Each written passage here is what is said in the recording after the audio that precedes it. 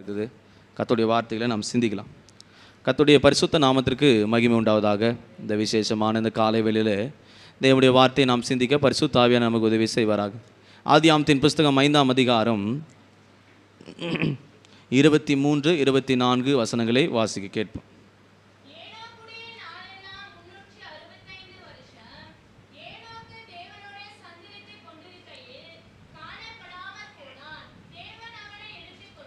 கர்த்தருடைய பரிசுத்த நாமத்திற்கு மகிமை உண்டாவதாக. இந்த காலை வேளையில் ஆதியாகமத்தின் புஸ்தகம் 5ஆம் அதிகாரம் 24ஆம் வசனத்திலிருந்து ஆவியானவர் நம்மோடு கூட பேச விரும்புகிறார். ஏனோக் என்றதான ஒரு மனிதனை குறித்து நாம் இந்த வேத வசனத்தில் படிக்க கேட்கிறோம். ஏனோக்கு 365 வருடம் இந்த பூமியில் இருந்தானாம். அவன் வாழ்ந்த நாட்களில் அவன் தேவனோடு கூட சஞ்சரித்து கொண்டே வந்தானாம். தேவனுக்குள் அவன் எடுத்துக்கொள்ளப்பட்டதாக நாம் இங்கே வாசிக்க கேட்கிறோம். ஏனோக்கு தேவனோடு சஞ்சரித்து கொண்டிருக்கையில் காணப்படாமற் போனான், அவன் எடுத்துக்கொள்ளப்பட்டான் என்று நாம் வேத வசனங்களை படிக்கிறோம். இது கடைசி காலமாக இருக்கிறது. இயேசு சீக்கிரமாய் வரப்போகிறார். பிரியமானவர்களே, அவருடைய வருகைக்கு நாம் ஆயத்தமாக இருக்க வேண்டியது மிக அவசியமாக இருக்கிறது. இந்த உலகத்தில் இருக்கிற ஜனங்கள் எல்லாரும் வேறு விதமாய் நடக்கலாம். ஆனால் ரட்சிக்கப்பட்ட நாம் எடுத்துக்கொள்ளப்பட வேண்டும், தேவனுடைய ராஜ்யத்தை சுதந்திரிக்க வேண்டும் என்பதை ஒவ்வொரு நாளும் சிந்திக்கணும். ஏதோ ரட்சிக்கப்பட்ட ஞானஸ்தானம் பெற்றுட்டோம், நிச்சயமாக போயிடுவோன்ற நம்பிக்கை நமக்குள்ளே இருக்கலாம். ஆனால் இந்த நிச்சயத்தையும் நம்பிக்கையை உறுதிப்படுத்துவது எப்படின்னு கேட்டால், ஒவ்வொரு நாளும் நாம் அதை சிந்திப்பது தான். ஞானஸ்தானம் பெற்றதுனால போயிடுவோம், திருவிழா எடுத்ததுனால போயிடுவோம், அபிஷேகம் பெற்றதுனால போயிடுவோம். இது எல்லாம் ஒரு பாதை, வழி, டிக்கெட்டு. ஆனால் இந்த டிக்கெட்டை வாங்கின நீங்கள் ட்ரெயினை மிஸ் பண்ணிட்டீங்கன்னா போக முடியாது. சொல்கிற வேலைங்க தான் உங்களுக்கு. அபிஷேகம் ஒரு டிக்கெட்டு, ஞானஸ்தானம் ஒரு டிக்கெட்டு, திருவிருந்து ஒரு டிக்கெட். டிக்கெட்டை வாங்கியாச்சு. 8 மணிக்கு வர வேண்டிய ட்ரெயினுக்கு நீங்கள் 10 மணிக்கு போனால் டிக்கெட் இருக்கும், ட்ரெயின் இருக்காது. தேவனுடைய ராஜ்யத்துக்கு நாம் போக வேண்டுமானால் ஏனோக்கை போல எப்போதும் தேவனோடு சஞ்சரிக்கிற அனுபவம் நமக்கு அவசியமாக இருக்கிறது. ஏனோக்கை குறித்து ஆண்டவர் சொல்லுகிறார், அவன் தேவனோடு சஞ்சரித்து கொண்டு இருக்கையில். அதுக்கு அர்த்தம் என்ன? தேவனோடு சஞ்சரித்து கொண்டே இருக்கிறான். இங்கே தமிழில் சஞ்சரித்து கொண்டிருக்கிறான் என்று எழுதப்பட்டிருக்கிற, ஆங்கிலத்தில் வாக் வித் காட், தேவனோடு நடந்து கொண்டே இருந்ததாக சொல்லப்பட்டிருக்கிறது. ஒரு மனிதன் தன்னுடைய வாழ்க்கையில் தேவனோடு நடந்து கொண்டே இருப்பானால் அந்த சபை, அந்த விசுவாசி சரியான சஞ்சரிக்கிற ஜனமாக இருப்பார்கள். அவர்கள் தேவனுடைய ராஜ்யத்துக்கு போக முடியும். எடுத்துக்கொள்ளப்படுகிற அனுபவத்தின் ஒரு பாதை தான் இந்த பாதை. இங்கே ரட்சிக்கப்பட்டு ஞானஸ்தானம் பெற்று இந்த சபையில் அங்கத்தினராக நாம் இருக்கிறதுனால பரலோகம் போயிடுவோன்னு தப்பு கணக்கு போட்டுறாதீங்க. இங்கே தேவ சமூகத்தில் இருக்கிற நாம் தேவனோடு கூட நடக்கிறவர்களாக, வாழ்கிறவர்களாக தம்முடைய ஜீவியத்தை மாற்றணும். வேதத்தில் எடுத்துக்கொள்ளப்பட்டவர்கள் உயிரோடு 2 பேர் தான். ஒன்று ஏனோக்கு, இன்னொன்று எலியா. இவங்க 2 பேருடைய வாழ்க்கையை நாம் சிந்திப்போமானால் அவர்கள் தேவனோடு நடந்தவர்கள், தேவனோடு ஜீவித்தவர்கள். நாம் என்ன சொல்கிறோம்? அவங்க வாழ்ந்த நாட்களில் எந்த பாவமும் இருந்திருக்காது, அவங்க வாழ்ந்த நாட்கள் எந்த பிரச்சனை இருந்திருக்காது, அது ஒரு பரிசுத்தமான நாள், அதனால் அவங்க பாவம் செய்யலை, அவங்களுக்கு செல்ஃபோன் இல்லை, டிவி இல்லை, எந்த பாவம் வேலையும் இல்லை, அதனால் ரொம்ப பரிசுத்தமாக ஜீவிச்சிட்டாங்க, அவங்க கர்த்தரோட நெருங்கி நடந்துட்டாங்க. இப்போ அப்படி இல்லை, எவ்வளோ பாவம் பெருகி இருக்குது, எங்களை பாவம் உலகம் எங்களை சிற்றின்பங்கள் இழுக்குது, எப்படி ஆகலை எங்களை தூரம் இழுக்கும்படி போராடுது. இப்படியெல்லாம் நம்ம சொல்கிறதை பார்க்குறோம்.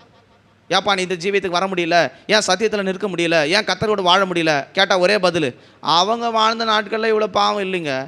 இன்றைக்கி செல்ஃபோனை விட முடியுமா, உலகத்தை விட முடியுமா, பாவத்தை நாம் வேணான்னாலும் அது நம்மளை இழுக்குது இல்லை அப்படின்னு நாம் சொல்லிக்கிட்டு உட்காந்துருக்குறோம். இல்லை, நோவாவின் வாழ்ந்த நாட்களில் இப்போ என்ன நடந்துட்டு இருக்குதோ நோவாவின் நாட்கள் நடந்து கொண்டிருந்தது. பூமியில் எதுவும் புதுமையானது ஒன்றும் இல்லை என்று பிரசங்கி சொல்லுகிறான். ஏற்கனவே இருந்தது தான் இன்றைக்கி நடந்துக்கிட்டு இருக்குது. மாடுலேஷன் ஆகிருக்குதே தவிர, ஆனால் அன்று என்ன நடந்ததோ அதே தான் பூமியில் இன்று நடந்து கொண்டிருக்கிறது. ஆதியாகமத்தின் புஸ்தகம் 6ஆம் அதிகாரம் 9ஆம் வசனத்தில் வாசிக்கும் போது நோவாவை குறித்து கர்த்தர் சொல்லுகிறார், நோவா தன் காலத்திலே கூட இருந்த எல்லா ஜனங்களோடு தேவனோடு கூட சஞ்சரித்து கொண்டு தான் இருந்தான். 6ஆம் அதிகாரம் 9ஆம் வசனம்.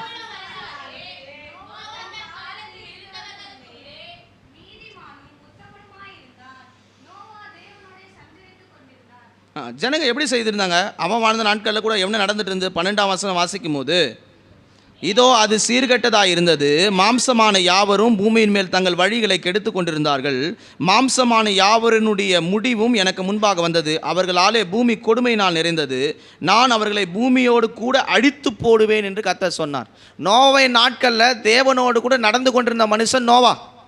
ஆனால் தேவனோடு நடந்து கொண்டிருந்த நோவாவின் காலத்திலும் கூட ஜனங்கள் பெண் கொடுத்தும் பெண் எடுத்தும் புசித்தும் குடித்தும் பூமியிலே தேவனுக்கு விரோதமான பாவம் செய்து கொண்டே வந்தாங்க. இதே தான் நோவாவின் நாட்கள் நடந்தது. யூதாவின் புஸ்தகம் 1 அதிகாரம் 14-15 வசனங்களை வாசிக்கும் போது நோவாவின் நாட்களில் நடந்த சம்பவத்தை குறித்து நாம் அங்கே படிக்க கேட்கிறோம். யூதாவின் புஸ்தகம் 1 அதிகாரம் 14-15 வசனங்களை வாசிக்கும் போது, ஆதாம் முதல் 7ஆம் தலைமுறையான ஏனோக்கு வரை இவர்களை குறித்து நீங்க இதை படிச்சு பாருங்க. எல்லாருக்கும் நியாய தீர்ப்பு கொடுக்கிறதற்கும்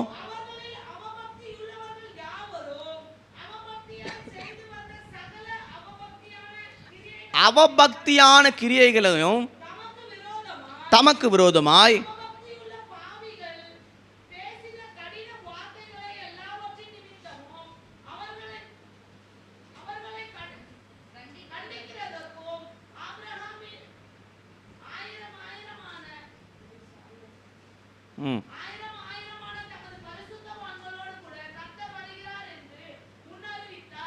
ஏனோக்கு நம்மை போல சாதாரணமான மனிதன் அல்ல. அவர் ஒரு தீர்க்கதரிசி. தேவனுடைய ராஜ்யத்தில் சஞ்சரிக்கிற மனிதர்கள் தீர்க்கதரிசிகள், தேவனோடு உள்ள வெளிப்பாடு உள்ள வாழ்க்கை உள்ளவர்கள். எலியா ஒரு தீர்க்கதரிசி போல ஏனோக்கும் ஒரு தீர்க்கதரிசி.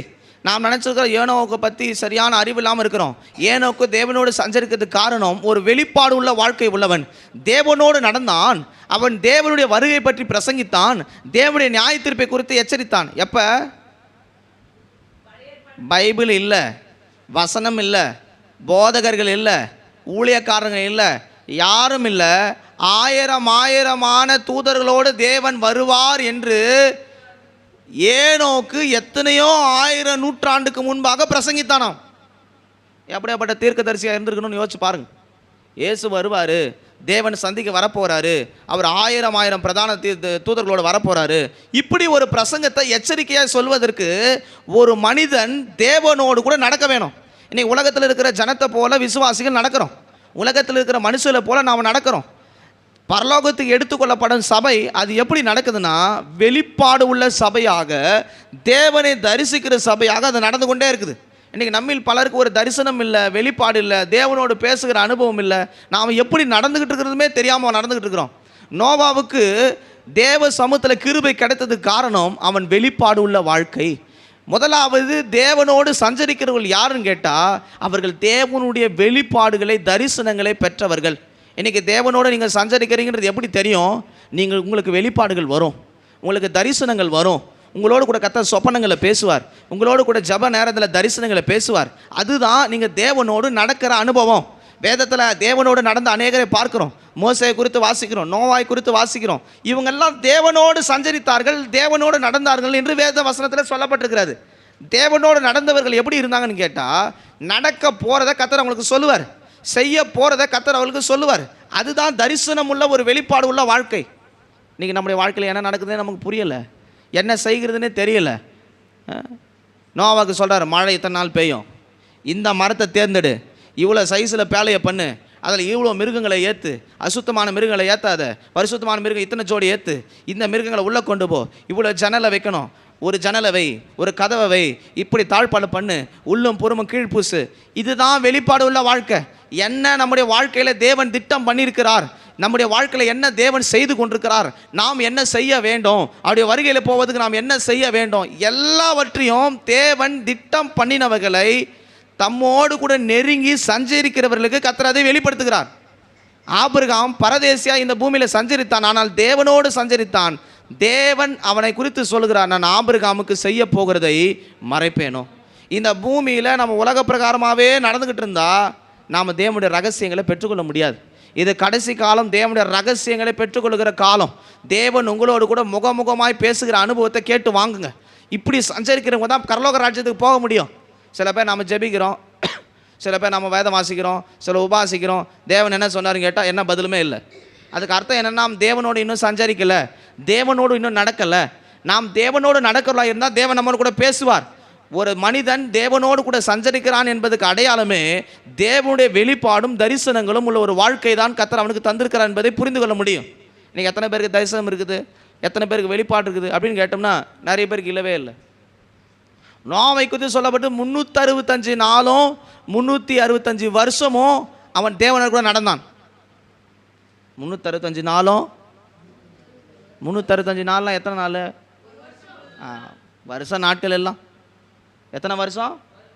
365 வருஷம், 365 நாள் அவன் எப்படி நடந்திருக்கிறான்னா தேவனோடு நடந்து கொண்டிருக்கிறான்.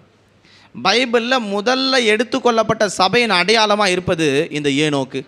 நாம் இந்த காலை வேளை சிந்திப்பது தேவனோடு நடக்கிறவர்கள் அல்லது தேவனோடு சஞ்சரிக்கும் சபை.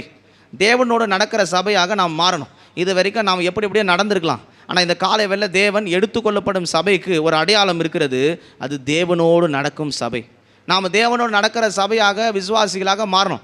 நம்ம ஏதோ இந்த வாழ்க்கையில் கொடுத்துட்டார் ஆண்டவர், அதனால் எப்படி நடக்கலாம்னு இல்லை, நாம் நடக்க வேண்டிய வழின்னு ஒரு வழி இருக்குது, நாம் சிந்திக்க வேண்டிய பாதைன்னு ஒரு பாதை இருக்குது. அப்படித்தான் நாம் நடக்கணும். நோவா என்ற பெயருக்கு அர்த்தம் துவக்கப்பட்டது, இனிஷியேட்டட் என்ற அர்த்தம். துவக்கப்பட்டது. அது வரைக்கும் பரலோகத்துக்கு யாரும் எடுத்துக்கொள்ளப்படலை. முதல் மனிதன், ஒரு மனிதன் பரலோகத்தை எடுத்துக்கொள்ளப்பட்டான் என்று வேதம் சொல்லப்பட்டுகிறது இந்த ஏனோக்கை குறித்து. ஏனோக்கு அவன் சாதாரணமான மனிதன் அல்ல, முதல் சபையாக எடுத்துக்கொள்ளப்பட்ட சபை ஏனோக்கு. நாம் தான் சபை. சபை நான் சொல்கிற உடனே நீங்கள் கட்டடமோ பில்டிங்கோ அப்படி நினச்சிடக்கூடாது. முதல் சபை எடுத்துக்கொள்ளப்பட்டது எது? ஏனோக்கு பரலோகத்துக்கு எடுத்துக்கொள்ளப்பட்டான். மரணத்தை காணாமல் எடுத்துக்கொள்ளப்பட்ட ஒரு சபை ஏனோக்கு. அந்த சபை எப்படி எடுத்துக்கொள்ளப்பட்டது? அது தேவனோடே நடந்து கொண்டே வந்தது. ஒரு சபை, ஒரு கர்த்தருடைய பிள்ளைகள் தேவனோடே நடந்து கொண்டிருந்தால் தேவன் அவர்களை எடுத்துக்கொள்ளுகிறார். இன்றைக்கி நம்முடைய வாழ்க்கையில் சரியாக விளங்கலை. நாம் தேவனோட நடக்கிறோமா இல்லையான்னு புரியலை. நிறைய பேர் எப்படி எப்படியோ நடக்கிறாங்க, வித்தியாசமாக நடக்கிறாங்க. அவங்களுக்கு என்ன புரியுதோ அப்படி நடந்துக்கிட்டு இருக்கிறோம். வேத வசனத்தில் வாசிக்கும் போது 32ஆம் சங்கீதத்தில் சொல்லப்பட்டிருக்கிறது எப்படி நடக்கணும் ஒரு மனிதன் சொன்னால், உம்முடைய ஆலோசனைப்படி என்னை நடக்க செய்யுங்க ஆண்டவரே. 32ஆம் சங்கீதம். ஒரு மனிதன் எப்படி நடக்கணும்? 32ஆம் சங்கீதத்தில் வாசிக்கும் போது 8ஆம் வசனம்,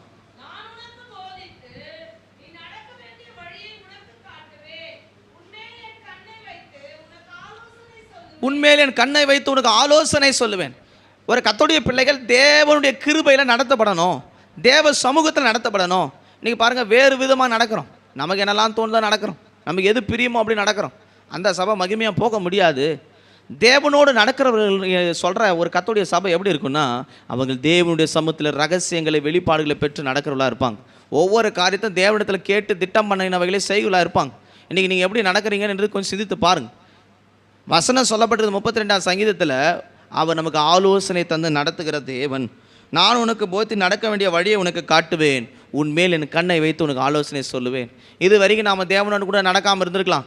ஆனால் இந்த காலை வேளை தேவன் உங்களுக்கு உணர்த்தி அவருடைய பாதைக்கு கொண்டு வர விரும்புகிறார். ஆண்டவரே, இது வரைக்கும் நான் உலக பிரகாரமாக நடந்துட்டேன், உலக பிரகாரமாக ஜீவிச்சுட்டேன், உலக பிரகாரமாக என் வாழ்க்கை இப்படி தான் போகணும்னு நடந்துட்டேன் அப்படின்னு நீங்கள் சொல்வீங்கன்னா கர்த்தர் உங்களை தான் சொல்கிறார், நம்முடைய கரம் பிடித்து வெளியே கொண்டு வர விரும்புகிறார். லோத்தை எப்படி கர்த்தர் கரம் பிடித்து வெளியே கொண்டு வந்தாரோ அதே போல் உங்களையும் கரம் பிடித்து தேவன் வெளியே கொண்டு வந்து அவர் கொண்டு போக வேண்டிய பாதைக்கு கொண்டு வர விரும்புகிறார். நீங்கள் செய்யுங்க, ஆண்டவரே சொல்லுங்கள், ஆண்டவரே என் கரத்தை பிடித்து நீங்கள் நடத்துங்க, எனக்கு எப்படி நடக்கணும்னு தெரியல, எப்படி ஜீவிக்கணும்னு தெரியல, இந்த பூமியில் நான் நடக்க வேண்டிய வழிகளை எனக்கு போதித்து நீர் என்னை நடத்தும், இப்படி ஆலோசனை பண்ணி என்னை நடத்தும். அதனால் சஞ்சரிப்பது என்பது தேவனோடு கூட நடப்பதை காண்பிக்கிறது, தேவனோடு கூட ஐக்கியமாக இருப்பதை காண்பிக்குது. சஞ்சரித்தல்ன்ற வார்த்தைக்கு 2 அர்த்தம் இருக்குது. ஒன்று, தேவனோடு கூட நடப்பது, வாக் வித் காட். ரெண்டாவது ஒரு அர்த்தம் இருக்கிறது, தேவனோடு பழகி ஐக்கியமாக இருப்பது, இன்ஹாபிச்சுவல் ஃபெலோஷிப். தேவனோடு கூட பழகி ஐக்கியமாக இருப்பது. எனக்கு உலக ஐக்கியம் நமக்கு நிறைய இருக்குது, உலக ஜனத்தோட ஐக்கியம் இருக்குது. ஆனால் வசனம் சொல்லப்பட்டிருக்கிறது, தேவனோடு சஞ்சரிக்கிறவர்கள் தேவனோடு பழகி தேவனோடு ஐக்கியமாக இருப்பார்கள். நீர் அவரோடு கூட பழகி சமாதானமாக இரும், அப்போது உமக்கு நன்மை வரும் என்று யோபு 22:21 வாசிக்கிறோம். தேவனோடு பழகுகிற மனுஷர்களை கர்த்தர் எதிர்பார்க்கிறார், தேவனோடு ஐக்கியப்படுகளை கர்த்தர் எதிர்பார்க்கிறார். தேவ சமூகத்தில் தேவனோடு பழகும் போது தான் தேவன் ரகசியங்களை வெளிப்படுத்துவார், தேவ தரிசனங்கள் வெளிப்படும். இன்றைக்கி நம்முடைய பழக்கம் வழக்கம்லாம் எங்கே இருக்குது சொல்லுங்கள்? எல்லாமே எங்கே தான்? உலகத்திலும் உலகத்தில் உள்ளவையில் அன்பு கூர்ந்து கொண்டிருக்கிறோம். அதை விட்டு வர முடியாது. அவர்கள் ரொம்ப முக்கியமானவங்க, அவங்க தான் என்னை சரியான ட்ராக்கில் கொண்டு போவாங்க. அப்படியா? சபை தேவனோடு பழகி ஐக்கியமாக இருக்கணும். நம்முடைய ஐக்கியம் பிதாவாகிய தேவனோடும் குமாரனாகிய இயேசுவோடும் பரிசுத்த ஆவியானவரோடும் அப்போஸ்தலராகிய ஊழியக்காரரோடும் ஐக்கியம் இருக்கணும். ஒரு சபையோடைய ஐக்கியம் என்பது தேவனோடும் சபையோடும் ஊழியரோடும் இப்படி தான் ஐக்கியம் இருக்கணும். உங்களை கேட்டால் எங்கே இருக்கிறேன்னு கேட்டால் என்ன சொல்கிறீங்க? நான் அங்கே போயிருந்தேன், நான் இங்கே போயிருந்தேன், இவங்களோட பேசிக்கிட்டு இருக்கிறேன், அவங்க வீட்டுக்கு தான் வந்திருக்கிறேன். நம்ம ஐக்கியமெல்லாம் எங்கே இருக்குதுன்னு கேட்டால் உலகத்தில் இருக்குது. நான் ஒரு அருமையான காரியத்தை உங்களுக்கு சொல்கிறேன். உலகத்தில் தேவனோடு சஞ்சரிக்க முடியாத உன்னை கொண்டு போய் பரலோகத்தில் எப்படி சஞ்சரிக்க வைப்பார்? உலகத்தில் தேவனோடைய பழகி ஐக்கியமாக இருக்க முடியாதவங்களை, உலகத்தில் தேவனோடு கூட வாழ முடியாதவர்களை பரலோகத்தில் கொண்டு போய் எப்படி தேவனோடு கூட வாழ வைக்க முடியும்? இந்த பூமியிலே பரலோகத்துக்கு நிழலாட்டமான ஒரு வாழ்க்கை நாம் வாழ்ந்தால் ஒழிய தேவனோடு கூட சஞ்சரிக்க முடியாது. அது 30 வருஷமோ 40 வருஷமோ 50 வருஷமோ 70 வருஷமோ 5 வருஷமோ எந்த ஆண்டு நமக்கு தெரியாது. ஆனால் எந்த ஆண்டு நம்ம எடுத்துக்கொண்டாலும், எந்த நேரம் நம்ம எடுத்துக்கொண்டாலும் மகிமையான சபையாய் மாற வேண்டுமானால் அந்த சபை தேவனோடு சஞ்சரித்து நடக்கிற, அவரோடு கூட பழகி ஜீவிக்கிற ஒரு வாழ்க்கை வேண்டும். எனக்கு பசங்களை பாருங்கள், கேட்டால் எங்கே இருக்கிற, அங்கே போனேன் இங்கே போனேன். உலகத்தின் பழக்க வழக்கங்களை வச்சுக்கிட்டு தேவராஜ்யத்துக்கு போக முடியாது.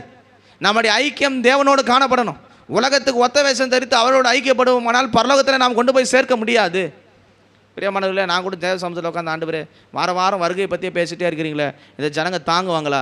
ஆண்டு சொன்னால் நீ இதை தான் சொல்லணும், சொல்லு. நான் சொல்கிறேன், நீங்கள் தாங்குவீங்களோ தாங்க மாட்டீங்களோ, கேட்பீங்களோ கேட்க மாட்டீங்க. ஏன் வேலை சொல்ல வேண்டிய கடமை. வருகைக்கு போகிற சபை தேவனோடு சஞ்சரித்தால் தான் போக முடியும். அது தேவனோடு கூட பழகி ஐக்கியமாக இருக்கணும்.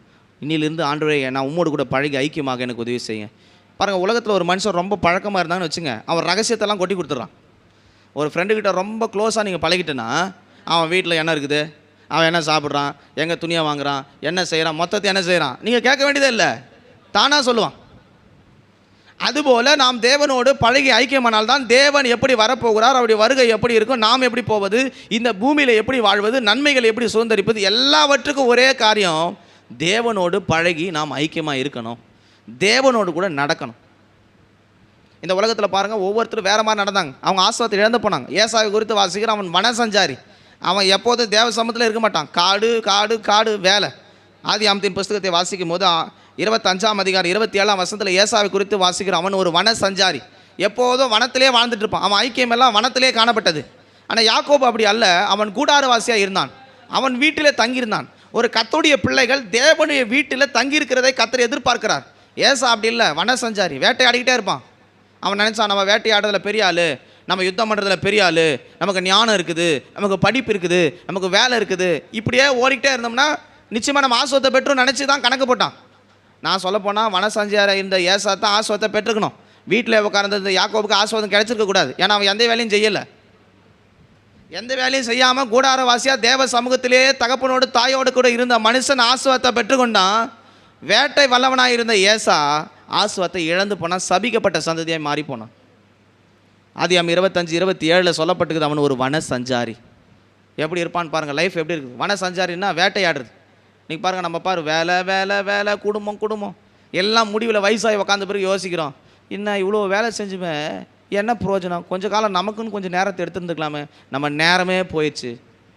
70-60 வயசுல நீங்கள் யோசிச்சு என்ன பிரயோஜனம், எலும்பு தேஞ்சு ஜவ்வெல்லாம் தேஞ்சு, அதுக்கு மேலே யோசிச்சு ஒன்றும் பிரயோஜனம் இல்லை. ஏன்னா எல்லாம் வேணா ஆச்சு, முடிஞ்சு போச்சு, லைஃபு க்ளோஸ். பிள்ளைகளுக்காக ஓடணும் 60 வயசுக்கு மேலே யோசிப்பீங்க, 50 வயசுக்கு மேலே யோசிப்பீங்க. இவங்களுக்காக ஓடினதுக்கு பதிலாக நம்மளை பார்த்தாலும் நம்ம நல்லா இருந்திருக்கலாம் போல். நான் சொல்கிறேன், முதலாவது வேட்டை வல்லவெல்லாம் நாம் இருந்தால் ஆசுவாதத்தை பெற முடியாது. கூடாரவாசியாக தேவ சமூகத்தில் உட்காரணும். ஒரு கத்தோடி பிள்ளை வேட்டை ஆடிக்கிட்டே இருக்கக்கூடாது. நான் வேட்டை ஆட வேணான்னு சொல்லலை, நீ வேட்டை ஆடினாலும் தேவ சமூகத்தில் உட்கார், கத்தர் உனக்காக வேட்டை ஆடுவார். யாக்கோபு வேட்டையாடி ஆகாரத்தை கொடுக்கல, அவனுக்காக ஏற்கனவே தாய் வேட்டையாடி வச்சுருந்தா, அவள் தான் புசித்து கொடுக்குறான். அவன் போய் ஆட வேண்டி கொண்டு வரான், அவள் சமைச்சு கொடுக்குறான். உனக்கு ஒரு நல்ல சபையில் இருந்தால் அந்த சபையின் மூலமாக கர்த்தர் ஆசீர்வாதத்தை கொண்டு வருவார். நீங்கள் கையிட்டு செய்கிற வேலையை ஆசீர்வாதம் உண்டாகும், நீங்கள் எடுக்கிற காரியத்தில் ஜெயம் உண்டாகும். இதுக்கெல்லாம் ஒரு காரணம் என்னென்னா, கூடாரத்தில் அமர்ந்திருக்கணும். யாக்கோபு கூடாரத்தில் இருந்ததுனால தேவனுடைய ஆசீர்வாதத்தை, ஈசாக்கினுடைய ஆசீர்வாதத்தை பெற்றுக்கொண்டான். ஈசாக்கு ஆண்டவருக்கு நிழலாட்டமாக இருக்கிறது, தாய் சபைக்கு நிழலாட்டமாக இருக்குது. இந்த தாய் ஈசாக்கின் ஆசீர்வாதத்தை பெறுவதற்கு வழி செய்கிறா. ஒரு ஊழியக்காரன் தான் உங்களுக்கு ஒரு சரியான பாதையில் ஆசீர்வாதத்தை கொண்டு வர முடியும். தாய் இல்லாமல் பிள்ளைகள் ஆசீர்வாதத்தை பெற முடியாது. ஏசாவுக்கு அவனுக்கு மைண்டெல்லாம் ஆசீர்வாதம் மேலே இருந்துச்சே தவிர தாயை விட்டுட்டான். இன்றைக்கி நிறைய பேருக்கு ஆசீர்வாதம் தேவை, பணம், வீடு, காரு, பங்களா, வேட்டையாடு கஷ்டப்படுறான், ஈட்டி எடுக்கிறான், இதை எடுக்கிறான், அதை எடுக்கிறான், வேர்வை சிந்துறான். பலன் என்ன, முடிவில் ஆசீர்வாதம் இல்லை. எவ்வளோ வேலை செஞ்சிடும், எவ்வளோ பணத்துக்கு வட்டி வாங்குகிறோம், எவ்வளோ காசு சேர்த்து வைக்கிறோம், எல்லாம் பார்த்தா வேதனையாக இருக்குது. ஒரு பணமும் இல்லை, ஆசீர்வாதமே இல்லை, காணாமல் போகுது. கஷ்டப்பட்டு சம்பாதிக்கிறது எங்கே போகுதுன்னே தெரியல. பைபிளில் சொல்லப்பட்டு பொத்தலான பையிலே போடுகிறது போல, வெடிப்புள்ள தொட்டியில் தண்ணீர் நிரப்புகிறது போல அந்த ஆசீர்வாதங்கள்லாம் போய்கிட்டே இருக்குது. காரணம் என்னென்னா, தாயை நீங்கள் விட்டுட்டீங்க. நான் சொல்ல, உங்கள் சபையை சுவிசேஷத்தினால் பெற்ற இந்த சபை ஊழியத்தில் விசுவாசிகள் சபைக்கு சரியாக ஜீவித்தா தான் தாய் உங்களை சரியான ஆசீர்வாதத்துக்கு நேராக கொண்டு போகும். அவள் தான் உங்களுக்கு என்ன ஆட்டை கொடுக்கணும், எப்படி அதை சமைக்கணும், எப்படி ரெடி பண்ணால் அப்பாட்ட ஆசீர்வாதத்தை வாங்கணும் சொல்லி கொடுக்குறது. அதுக்கு தான் வசனம் நாங்கள் ரெடி பண்ணி கொண்டு வரோம். உங்களுக்கு இப்படி தான் சாப்பிடணும், இதை புசி, இதை சாப்பிட்டேன்னா நீ ரெடியாக அப்பா கிட்ட போனால் உனக்கு ஆசீர்வாதத்தை கொடுப்பார். நீ இப்படி தான் மாறி போகணும், நீ இந்த வேஷத்தில் போனால் உனக்கு கத்தர் ஆசீர்வாதம் தரமாட்டார், இந்த பாவத்தில் போனால் தரமாட்டார், வேஷத்தை மாற்று, உன் ஜீவியத்தை மாற்று. அப்படியெல்லாம் மாற்றி உங்களை சரிப்படுத்தி உங்களை மேக்கப் பண்ணி கொண்டு போய் தான் எங்கே நிறுத்துகிறோம்? ஆண்டோடைய ஆசீர்வாதத்தை பெறத்துக்கு நிறுத்துகிறோம். அதுதான் சொல்கிறேன், சுத்திகரிப்புக்கு வாங்க, உங்களை மாற்றுங்க. யாக்கோபு நேர்முகமாக போனால் ஆசீர்வாதத்தை பெற முடியாது, அவனை மாற்றணும். அவன் வனசஞ்சாரியாக இருந்த ஏசாவினுடைய ஆசீர்வாதத்தை பெறணும்னா நாமும் சரீரத்தை மாற்றணும், செயலை மாற்றணும், சுபாவத்தை மாற்றணும். இதெல்லாம் மாற்றினா தான் ஈசா கிட்ட போக முடியும். ஈசாக்கு மோர்ந்து பார்த்து அவனை ஆசீர்வதித்தாராம். பைபிள் வசனம் இருக்குது. அவன் மேலே மோர்ந்து பார்த்து, அவன் ரோமமுள்ளவனா பார்த்து அவனை தொட்டு அவனை ஆசீர்வதித்தார். நாம் ஆசீர்வாதத்தை பெறணும்னா கூடாரவாசியாக வீட்டில் அடங்கியிருக்கணும், சபையில் தங்கியிருக்கணும், தேவ சமூகத்தில் தங்கியிருக்கணும், சொல்லப்படுகிற தாய்க்கு கீழ்ப்படிந்திருக்கணும். அதை விட்டுட்டு வனசஞ்சாரி, எனக்கு வேட்டையாட தெரியும், எனக்கு படிப்பு தெரியும், எனக்கு எக்ஸாம் தெரியும், இதை தெரியும், அதை தெரியும், எனக்கு அவரை தெரியும், இவரை தெரியும் போனோம்னா ஏசாவுக்கும் ஆசீர்வாதம் கிடைச்சது, நான் கிடைக்கலன்னு சொல்லலை. ஆனால் ஈசாக்குக்கு அவன் அடிமையாக இருந்தான். இங்கே ரட்சிக்கப்பட்ட தேவஜனம் தாய்க்கு சபைக்கு சரியாக இருப்பேன்னா உங்கள் கையில் எல்லாம் அடிமைப்பட்டிருக்கும். உங்களுக்கு உள்ள மேன்மையாக பணம் வச்சுருக்கலாம், அவன் உங்கள் கால்களை கத்திர அடிமையாக வச்சுருப்பார். அந்த ஆசீர்வாதத்தை பெறுவதற்கு தான் நான் சொல்கிறேன் வழி, நீங்கள் தேவனோடு கூட சஞ்சரித்து நடக்கணும். 2வது வேதத்தில் வாசிக்கும் போது ரூத்தை குறித்து வாசிக்கிறோம். ரூத்து 1ஆம் அதிகாரம் 1ஆம் வசனத்தில் அவர்கள் மோவாப்பில் போய் சஞ்சரித்தார்கள். மோவாப் அருவருப்பின் தேசம், தேவனுக்கு விரோதமான காரியங்களை செய்கிற தேசம். கர்த்தருடைய சமூகத்தில் இருந்து கர்த்தருடைய வீட்டை விட்டு மோவாப்புக்கு போனார்கள். ரூத்தின் புஸ்தகம் 1ஆம் அதிகாரம் 1ஆம் வசனத்தை வாசிக்கும் போது,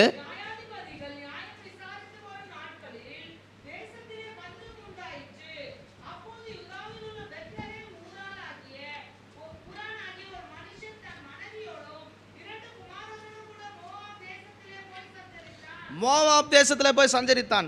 எங்கே இருந்தவன்? பெத்லேகமாகிய அப்பத்தின் வீட்டில் இருந்தவன். அப்பத்தின் வீட்டில் இருக்கும்போது கொஞ்சம் குறைவு இருக்கும்.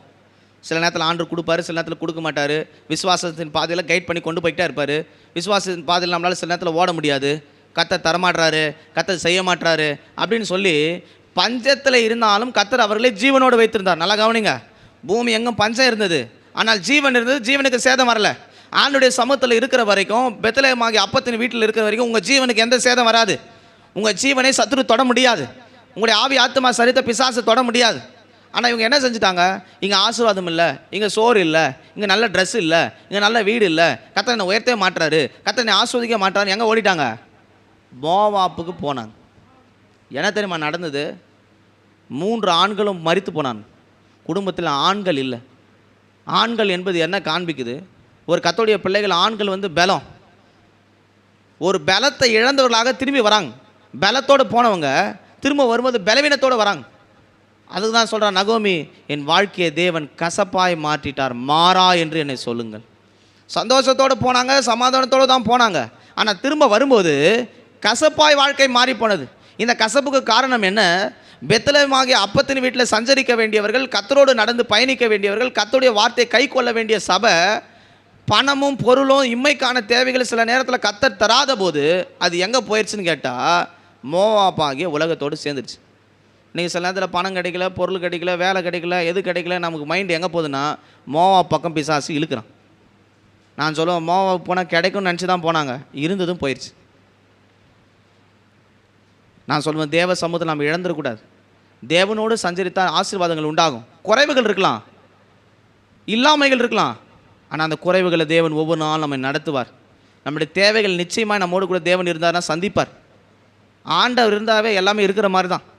பணம் இல்லைனாலும், வீடு இல்லைனாலும், சமாதானமும் சுகமும் தேவன் நம்மோடு கூட இருந்தாலே போதுமானது.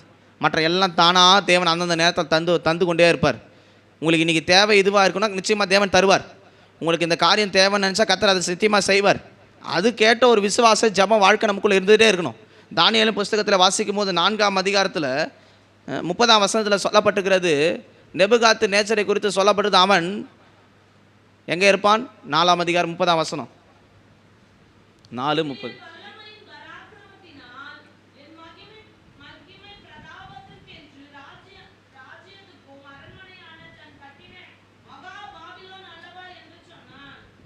சொன்ன உடனே என்ன தெரியுமா நடந்தது?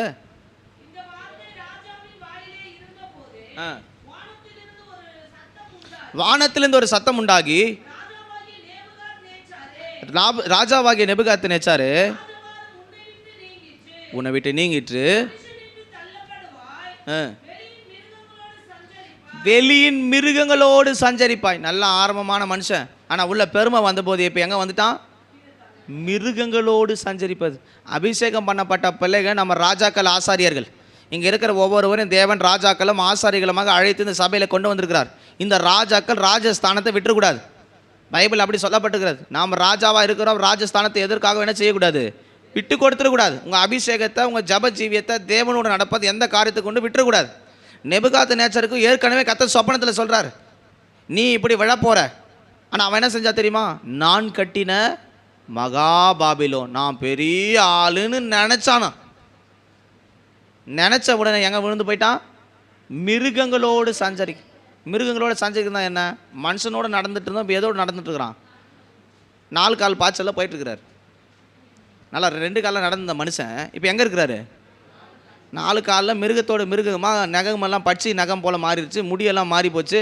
யாரை போல் மாறிட்டான்னா ஒரு மிருகம் போலேயே மாறி போயிட்டான். அதுக்கு காரணம் பெருமை. ரட்சிக்கப்பட்ட கர்த்தருடைய பிள்ளைகளுக்கு பெருமை வந்துடவே கூடாது. நான் ஜெபிக்கிறேன், பைபிள் தெரியும், இதை தெரியும், அதை தெரியும், நான் இவ்வளோ பண்ணியிருக்கிறேன். பெருமை உள்ளே வந்தால் தெரிஞ்சுக்க நீங்கள் விழ போகிறீங்க. ஊழியக்காரனாக இருந்தாலும் சரி, விசுவாசியாக இருந்தாலும் சரி, வசனம் சொல்லப்பட்டுக்கிறது, அழிவுக்கு முன்னானது அகந்தை, விடுதலுக்கு முன்னானது மனமேட்டிமை. பெருமை உள்ளவர்களுக்கு தேவன் எதிர்த்து நிற்கிறார். நேபுகாத்நேச்சார் பெரிய ஆளுன்னு சொன்ன உடனே அவன் மிருகங்களோடு சஞ்சரிக்கும்படி கர்த்தர் அவனை தள்ளி போட்டார். வேத வசனத்தை பார்க்கும்போது அநேகருடைய வசனங்களை நாம் இப்படி படிச்சுக்கிட்டே போகலாம். யாத்திராமத்தின் புஸ்தகம் 32ஆம் அதிகாரம் 7ஆம் வசனத்தில், நடத்தி வந்த தேவனை மறந்து விட்டு வேற ஒரு தேவன்களை உண்டாக்குவோம் என்று அந்த ஜனங்கள் சொன்னாங்க. யாத்ரா 32:7 இஸ்ரவேல் ஜனங்களை மறந்து போனாங்க. மோசே சீனாய் மலையிலிருந்து வரலன்னு சொன்ன உடனே, எங்களை நடத்தி வந்த தேவன் யார்? அதனால் எங்களுக்கு ஒரு வேறு தேவனை உண்டாக்கு. இன்றைக்கி பாருங்கள், கர்த்தர் நம்மளை நடத்தி வந்த பாதையில் நம்ம மறந்துடுறோம். கர்த்தர் எப்படியா நம்ம போஷித்தார், எப்படியா நம்ம ஆசுவத்தார், எப்படியா நம்ம சுகப்படுத்தினார், நம்முடைய குறைவுகள் எல்லாம் கர்த்தர் எப்படி நிறைவேற்றினார், இதெல்லாம் மறந்து போகிறதுக்கு ஒரு சந்தர்ப்பம் வருது. தேவன் சில நேரத்தில் மௌனமாக இருக்கும்போது நம்முடைய மைண்ட் என்ன சொல்லுதுன்னா, அவர் தேவன் இல்லை, அப்படி போனால் நடக்காது, வேறு ஒரு பாதையை நாம் தீர்மானித்தால் தான் நடக்கும். இது எல்லாம் உலக பிரகாரமான சிந்தைகள் பிசாசு நமக்கு கொண்டு வருவது. கர்த்தர் நடந்து வந்த அற்புதத்தை பார்த்தாங்க, செங்கடலை பார்த்தாங்க, கர்த்தர் அவங்களோட கூட இருந்து யுத்தம் பண்ணதை பார்த்தாங்க. ஆனால் இப்போ சொல்லுது மைண்டு, அவர் தேவன் இல்லை, வேற ஒரு தேவன் நம்ம நடத்தி வந்தது. எப்படி இருக்கும் ஆண்டவருக்கு? இந்த வருஷத்தில் இத்தனை நாட்கள், இத்தனை ஆசு நாட்கள் உங்களை கர்த்தர் நடத்தி வந்தார், அதை மறந்துட்டு வேற ஒரு தேவன் நம்மை நடத்தி வந்தேன்னு கன்றுக்குட்டியை வணங்கினா எப்படி இருக்கும்? ஆண்டவரோடு கூட நடக்க வேண்டியவங்க இப்போ உலகத்தோடு நடந்த உடனே கர்த்தர் என்ன தெரியுமா செய்தார்? அந்த ஜனங்களை வாதித்தார்னு வசனம் இருக்குது. அப்போ நாம் தேவனோடு சஞ்சரிக்கணும். இந்த காலை வேளை நீங்கள் இன்னிலிருந்து தேவனோடு நடக்கிறதுக்கு கர்த்தரிடத்தில் ஒப்பு கொடுங்க. ஆண்டவரே, நான் ஏசாவை போல வனசஞ்சாரியாக இருந்துடக்கூடாது, நேபுகாத்நேச்சாரை போல பெருமை உள்ள நான் ஜீவித்திடக்கூடாது. இல்லை, இந்த இஸ்ரவேல் ஜனங்களாகிய வணங்காக்கடுத்துள்ள ஜனங்கள் சொன்னாங்களே, அந்த ஜனங்கள் சொல்லிச்சு, அவர் நடத்தலை, வேற ஒரு தேவன் நடத்துவான், அந்த தேவனை கொண்டு வா. கர்த்தர் எப்படி நடத்துகிறாருன்றே புரியலை நமக்கு. சில பேர் இங்கே ஜெபம் பண்ணுறது, சில போய் விக்கிரகத்தை ஆராதிக்கிறது, இங்கே ஒரு வேஷம், அங்கே ஒரு வேஷம், இதை போட்டுக்கிட்டே இருந்தோம்னா டபுள் கேமிங்கில் இருந்தோம்னா அவன் நன்மை பெற முடியாது. ஈர்மானம் உள்ளவன் எல்லாவற்றிலும் நிலையற்றவன், அவனு ஒரு நன்மையும் பெற முடியாது.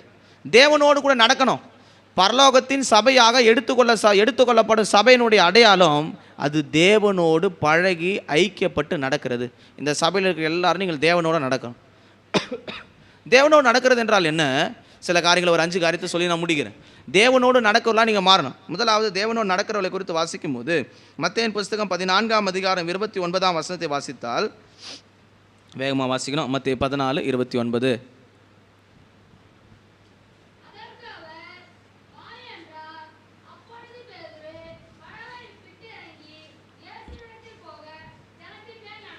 முதலாவது, நடக்கிறது, தேவனோடு நடக்கிறது என்பது சாதாரண விஷயம் அல்ல. அவர்களுக்கு ஒரு நல்ல வெளிப்பாடு, தரிசனம் இருந்தால் தான் நடக்க முடியும். எல்லாரும் ஆண்டரோடு நடக்க முடியாது, பிரயாசப்படலாம். ஆனால் தேவனோடு நடக்கிறவர்கள் யாருன்னு கேட்டால், அவர்கள் கடலில் மேல் நடக்கிறவர்கள், பிரச்சனைகள் மேலே, போராட்டங்கள் மேலே நடக்கிறவங்க. பிரச்சனைக்குள்ளே மூழ்கிறவங்க இல்லை, பிரச்சனைகள் மேலே நடந்து செல்கிறவங்க, கடந்து போகிறவங்க. பேதுரு சொல்கிற, ஆண்டவரே, நானும் உம்மோடு கூட நடக்கணும். ஆண்டு சொன்ன, சரி வா நடக்கலாம். இன்றைக்கி நாம் கூட ரட்சிக்கப்பட்ட நாள்லேருந்து நம்ம பார்க்குறோம், ஆண்டவரே உம்மோடு கூட நடக்கணும், உம்மை போல் மாறணும், உம்மோடு கூட ஜீவிக்கணும், இதைத்தான் நாம் சொல்லிகிட்டே வரோம். ஆனால் பாதி பேரால் நடக்க முடியலை. அதுக்கு காரணம் என்ன? நாம் விசுவாசத்தில் மிகவும் குன்றி இருக்கிறோம். பேதுரை பார்த்து ஆண்டு சொன்ன, அற்ப விசுவாசி, அவிசுவாசியே, 2 ஸ்டெப்பு எடுத்து வச்சா அடுத்து எங்கே இருக்கிறான்? தண்ணிக்குள்ளே இருக்கிறான். ஆரம்பிக்கும் போது நல்ல ஆரம்பம், சர்ச்சுக்கு வரும்போது நல்ல ஆரம்பத்தில் நல்ல ஆண்டவரோடு கூட அன்பில் நல்லா இருந்தீங்க, நல்ல அபிஷேகத்தை நல்லா இருந்தீங்க, தேவனுடைய ஐக்கியத்தை நல்லா இருந்தீங்க. நாட்கள் போக போக சோதனைகள் வரும்போது, பிரச்சனைகள் வரும்போது, போராட்டம் வரும்போது, பாடுகள் வரும்போது, வாழ்க்கையில் நம்ம சகிக்கக்கூடாத சந்தர்ப்பங்கள் வரும்போது நாம் எதை பார்த்துறோன்னு கேட்டால், நடப்பேன்னு சொல்லி வந்தோம் அந்த பாதையை விட்டுட்டோம், பிரச்சனைகளை பார்க்குறோம். அதனால தான் உள்ள அந்த பிரச்சனையிலேயே மூழ்கிறோம். ஆண்டவர் பேதுரு கையை தூக்கி சொன்னார், அற்ப விசுவாசி. அற்ப விசுவாசினா என்ன தெரியுமா? அவிஸ்வாசி வேறு, அற்ப விசுவாசி வேறு. அவிஸ்வாசினா விசுவாசமே இல்லைன்னு அர்த்தம். அற்ப விசுவாசினா கொஞ்சம் விசுவாசத்தை வச்சுருக்கிறேன்னு அர்த்தம். இன்றைக்கி சபையில் 2 கேங் இருக்குது, 3 கேங் இருக்குது. ஒன்று விசுவாசி, ஒன்று அற்ப விசுவாசி, ஒன்று அவிஸ்வாசி. விசுவாசினா விசுவாசத்தில் உறுதியாக நிற்பது, அற்ப விசுவாசனா டபுள் கேம். வரும்போது நல்ல ஆண்டவரே விசுவாசத்தில் நடப்பேன், பாடுகள் வந்தாலும் நிற்பேன், இப்படி இருப்பேன் அப்படி. இந்த பேதர் எப்போவுமே டபுள் கேமிங் ஆள் தான். மறுதளிக்க மாட்டாண்டவரே, சாவாண்டவரே, வாழ்வாண்டவரே. அப்புறம் பார்த்தா அவர் தெரியவே தெரியாத சத்தியம் பண்ணுவான். எப்படி ஆண்டவர் இருப்பார், நிர்வாணியாக போய் மீன் பிடிச்சின்னு இருப்பான். யார்? பேதர். இன்னைக்கு நம்மில் பல பேர் ஆண்டவருக்காக நிற்போம், வாழ்வானாலும் சாவானாலும் சத்தியத்துக்காக நிற்போம், கர்த்தருக்கு ஞானஸ்தானம் பெறும்போது சொன்ன அறிக்கையில் நிற்போம், நாம் அபிஷேகம் பெற்றவர்கள், சுவிசேஷம் சொல்லுவோம், இதை செய்வோம் அதை செய்வோம்னு சொன்னோம். எப்போ ஞானஸ்தானம் பெற்றீங்க பாரு, இயேசுவை தெரிஞ்சு கொட்டீங்க பாரு, உங்களுக்கு நன்மை செய்தார் பாரு, அப்போ. ஆனால் இப்போ பிரச்சனை தீவிரமாகும் போது, கடல் மேல் நடக்கும்போது என்ன வருது? செத்துட்டனா என்ன ஆகும், மூழ்கிட்டனா என்ன ஆகும்? ஒருவேளை பிரச்சனையில் நம்ம மூழ்கி செத்து போயிட்டோம்னா, பிரச்சனை நம்மளை மேலே மேற்கொண்ட என்ன நடக்கும்? மூழ்கிடுச்சு. அதுக்கு காரணம் அற்பமான விசுவாசம், சொற்பமான விசுவாசம். கொஞ்சம் விசுவாசத்தை வச்சு ஒன்றும் செய்ய முடியாது. விசுவாசத்தில் ஒரு நிச்சயம் இருக்கணும். அதனால தான் கொரிந்தியருக்கு சொல்லும் போது பவுல் சொல்கிறார், 2 கொரிந்தியர் 5ஆம் அதிகாரத்தில் 6ஆம் வசனத்தில், நாம் தரிசித்து நடவாமல் விசுவாசித்து நடக்கிறோம். கண்டு விசுவாசிக்கிறவனை பார்க்கிறோம், காணாமல் விசுவாசிக்கிறவனே பாக்கியவான் என்று யோவானில் படிக்கிறோம். நாம் ஆண்டவர் பார்க்கல, ஆனால் நமக்கு ஒரு விசுவாசம் இருக்குது, இந்த பாதையில் நடக்க போகிறோம், கர்த்தர் நம்மோடு கூட வராரு, நாம் அவரோடு கூட தான் நடந்துக்கிட்டு இருக்கிறோம் அப்படின்ற நிச்சயம் வந்துருச்சுன்னா தைரியமாக போவோம். பாருங்கள், இப்போ பேதுரு கடல் மேல் நடக்கும்போது அவனுக்கு கூட எதிரில் யார் இருக்கிறா? ஆண்டு இருக்கிறாரு. இவன் சொல்கிறான் நடந்து வரணும்னு சொல்கிறான், 2 ஸ்டெப்பு வச்சான். 3ஆவது ஸ்டெப்பு வைக்கும்போது என்ன நினச்சிருக்கலாம்? ஆண்டவர் தானே கூப்பிட்டாரு, ஆண்டவர் தானே அழைச்சாரு, ஆண்டவர் தான் ஞானஸ்தானம் கொடுத்தாரு, ஆண்டவர் தானே அபிஷேகம் கொடுத்தாரு, ஆண்டவர் தான் திருவிருந்து கொடுத்தாரு, ஆண்டவர் தானே வசனம் கொடுத்தாரு, இது எதுவுமே நமக்கு தெரியாது, அவர் தானே கூப்பிட்டு கொடுத்தாரு, அதனால் இந்த ஸ்டெப்பும் கூட கர்த்தர் என்ன செய்வார்? இந்த ஸ்டெப்பும் கடக்க வைப்பாருன்னு நினச்சிருக்கணும். அப்படி தானே நினச்சிருக்கணும். 2 ஸ்டெப்பு வச்சு என்ன நினச்சிட்டான்? மூழ்கிட்டா என்ன பண்ணுறது? அதுக்கு என்ன செஞ்சுருக்கலான்னு கேட்டால் படகுலே இருந்திருக்கலாம். அதுக்கு தான் ஆண்டவர் சொன்னார், இந்த மார்க்கத்தை தெரிந்து கொள்கிறதை விட ரட்சிக்கப்பட்டுட்டா பாதை கொஞ்சம் கடினம்தான். ஜெபிக்கிறவங்க வாழ்க்கையில் பாதைகள் கொஞ்சம் கடினமாக தான் இருக்கும், ஆனால் முடிவு ஆண்டவரோடு கூட இருக்கும். 2 ஸ்டெப்பு எடுத்து வச்ச ஆண்டவர்கிட்ட நெருங்கன்னு முயற்சி பண்ணால் உள்ளே முழுகிட்டான். நான் சொல்லுவேன், விசுவாச பாதை என்பது தண்ணீர் மேல் நடக்கிறது. தெரியாது எப்படி நடக்கிறேன்னு, உள்ளே முழுகுமான்னு தெரியாது, ஆனால் ஒரு நிச்சயம் இருக்குது, எதிரில் ஆண்டவர் நம்மளை கரம் பிடிச்சி தூக்கிடுவார். அந்த விசுவாசத்தின் பாதையில் நடந்துக்கிட்டே போனோம். நாம் தரிசித்து நடக்காமல் விசுவாசிக்கிறோம். நம்ம ஆண்டவர் தரிசிக்கலை, விசுவாசித்து நடக்கிறோம். கர்த்தர் நடத்துவார், கர்த்தர் செய்வார், கர்த்தர் கொடுப்பார், இந்த தேவைகளை சந்திப்பார், சுகம் பண்ணுவார். விசுவாசம் விசுவாசம் விசுவாசம் விசுவாசம். விசுவாசம் இல்லாமல் ஒரு சபை பூர்ணமாக முடியாது. சபை எடுத்துக்கொள்ளப்படணும் வேண்டுமென்றால் ஏனோக்கு தேவனோடு கூட நடந்தான் என்பது விசுவாசத்தின் வாழ்க்கையை காண்பிக்கிறது. முதலாவது ஒரு சபை விசுவாசத்தை நடக்கிற சபையாக மாறணும். எந்த சூழ்நிலையும் எங்கள் விசுவாசத்தை விட்டுக்கூடாது. மனுஷகுமாரன் பூமியில் வரும்போது விசுவாசத்தை காண்பாரோ என்று லூக்கா 18 வாசிக்கிறோம். நேரம் இல்லை, வசனம் படிக்க முடியாது. வசனம் சொல்லப்பட்டிருக்கிற மனுஷகுமாரன் பூமியில் வரும்போது விசுவாசத்தை காண்பாரோ. தெசலோனிக்கர் புஸ்தகம் நினைக்கிறாங்க சொல்லப்பட்டிருக்கிறது, விசுவாச துரோகம் முந்தி நேரிட்டு கேட்டு மனுஷனாகிய அவன் வெளிப்படாவிட்டால் அந்த நாள் வராது. இயேசு கிறிஸ்துவின் வருகையில் முதல் அடையாளமே விசுவாசம் கெட்டு போகும். ஒரு வசனம் வாசிக்கலாமே, நேரம் இல்லை, ஸ்பீடாக வாசிக்கணும். 1 தெசலோனிக்கர், விசுவாச துரோகம் முந்தி நேரிட்டு கேட்டின் மனுஷனாகிய எங்க இருக்க வசனம்?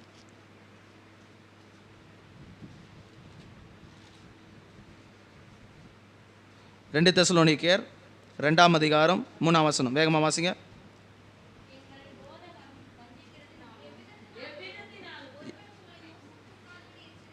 எவ்விதத்திலும் ஒருவனும் உங்களை மோசம் போக்காதபடிக்கு எச்சரிக்கையாக இருங்கள், ஏனெனில் விசுவாச துரோகம் முந்தி நேரிட்டு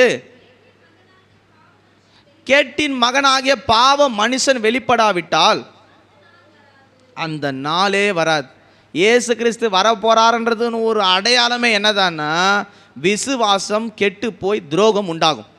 இன்றைக்கி எத்தனை பேருக்கு விசுவாசம் இருக்குது? ஆண்டவர் பேரில் ஆண்டவர் வரப்போறாரு, எனக்காக தான் மதிச்சிருக்கிறாரு, எனக்காக உயிர்த்தெழுந்த, இந்த பாடுகள் இருந்தால் நான் நிச்சயமாக பரலோகத்தில் கண்ணீர் இல்லை, துக்கம் இல்லாத ஒரு இடத்துக்கு நான் போயிடுவேன், அப்படி விசுவாசம் இருக்குதா அப்படின்னு சொன்னோம்னா, கையை வைத்து அலையிலையா சொன்னால் அலையிலையா அப்படின்னுவோம். அதான் அலையிலையா போடுவோம். ஆனால் விசுவாச பாதையில் கொண்டு வந்து நிறுத்தினா தான் தெரியும். விசுவாசத்துக்கு ஒரு டெஸ்டிங் பாயிண்ட் இருக்குது. ஒவ்வொருத்துக்கும் ஒரு டெஸ்டிங், திராணிக்கு தக்கதாக தேவன் சோதித்து விசுவாசத்தை பரீட்சை பார்க்குறாரு. அப்போ அந்த டெஸ்டிங்கை ஜெயிக்கணும். பேதுருக்கிட்ட ஆண்டர்கிட்ட பேதுரு கேட்டால் நடக்கட்டுமான்னு கேட்டான். ஆண்டர் என்ன செஞ்சுருக்கணும்? நடன்னு சொல்லிட்டார். எது வரைக்கும் நடத்தியிருக்கணும்? அவனை கிட்ட சேர்த்து கரை கொண்டு போகிற வரைக்கும் நடத்திருக்கணும். 2 ஸ்டெப்பு வச்சுடனே என்ன பண்ணல? முழுகிறாரு. முழுகும் போது என்ன பண்ணல? ஏன் பேதுருவே முழுகிறிய கேட்டாரா? கேட்கல. விசுவாச பாதை என்பது தேவன் சில நேரங்களில் மௌனமாக இருப்பார். தேவனுக்காக நாம் நிற்கும் போது, தேவன் நம்மை அழைக்கும் போது, விசுவாச பாதையில் தேவன் அமைதியாக இருக்கிறது போல தெரியும். தேவன் மௌனமாக இருக்கிற தேவன் அல்ல. விசுவாச பாதையில் வந்துட்ட பிறகு நீங்கள் அக்கறைக்கு போகும் வரையில் நீங்கள் விழுந்தாலும் எழுந்தாலும் எல்லாவற்றையும் கர்த்தர் பார்த்துக்கிட்டே வராரு, வாட்ச் பண்ணிக்கிட்டே இருக்கிறாரு. நாம் செய்வேன், ஆண்டவரே என் அவிசுவாசம் நீங்கும்படி செய்யும், என் கரம் பிடித்து நீங்கள் தூக்கி நடத்துங்க ஆண்டவரே, இந்த தண்ணீர் மேலே என்னால் சோதனை நடக்க முடியலை, இந்த பிரச்சனைகளை என்னால் கடக்க முடியலை, என் கரத்தை நீங்கள் பிடிங்க. அப்போது தேவனோடு சஞ்சரித்து நடப்பது என்பது விசுவாசத்தில் நடப்பதை காண்பிக்கிறது. 2வது வேதத்தை வாசிக்கும் போது, எபேசியர் புஸ்தகம் 2ஆம் அதிகாரம் 2ஆம் வசனத்தை வாசிக்கும் போது,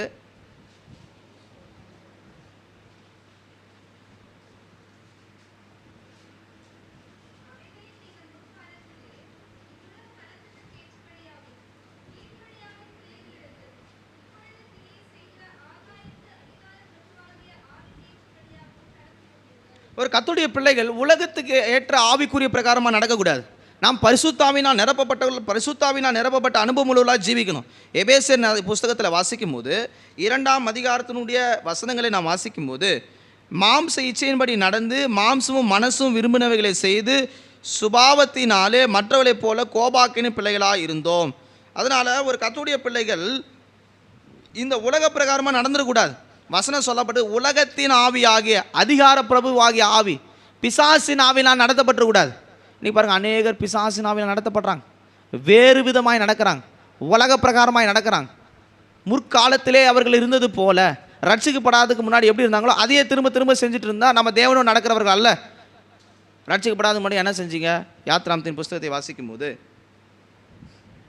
கொலேசியர் புஸ்தகத்தை வாசிக்கும் போது 3ஆம் அதிகாரம் 3ஆம் வசனத்திலிருந்து 7ஆம் வசனம் வரை வாசிக்கும் போது, முற்காலத்திலே நாம் எதை செய்து கொண்டு வந்தோம்? ஏனென்றால் நீங்கள் மரித்தீர்கள், உங்கள் ஜீவன் கிறிஸ்துக்குள்ளே மறைந்திருக்கிறது,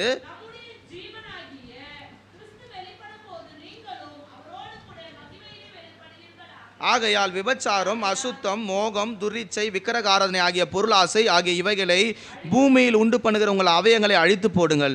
இவைகள் பொருட்டே கீழ்ப்படியாமன் பிள்ளைகள் மேல் தேவ கோபாக்கின வரும். நீங்கள் முற்காலத்திலே அவர்களை சஞ்சரித்த போது அவைகளை செய்து கொண்டு வந்தீர்களே. அப்போது முற்காலத்தில் ஞானஸ்தானம் பெறும் முன்னாடி, இயேசு கிறிஸ்து அறிய முன்னாடி அப்படி நடந்தீங்க. விக்கிரகாராதனை, பொருளாசை, விபசாரம், வேசித்தனம், மோகம், இச்சை இதெல்லாம் இருந்தது. எப்போ? முற்காலத்திலே சஞ்சரித்து வாழ்ந்து கொண்டு வந்தீங்க.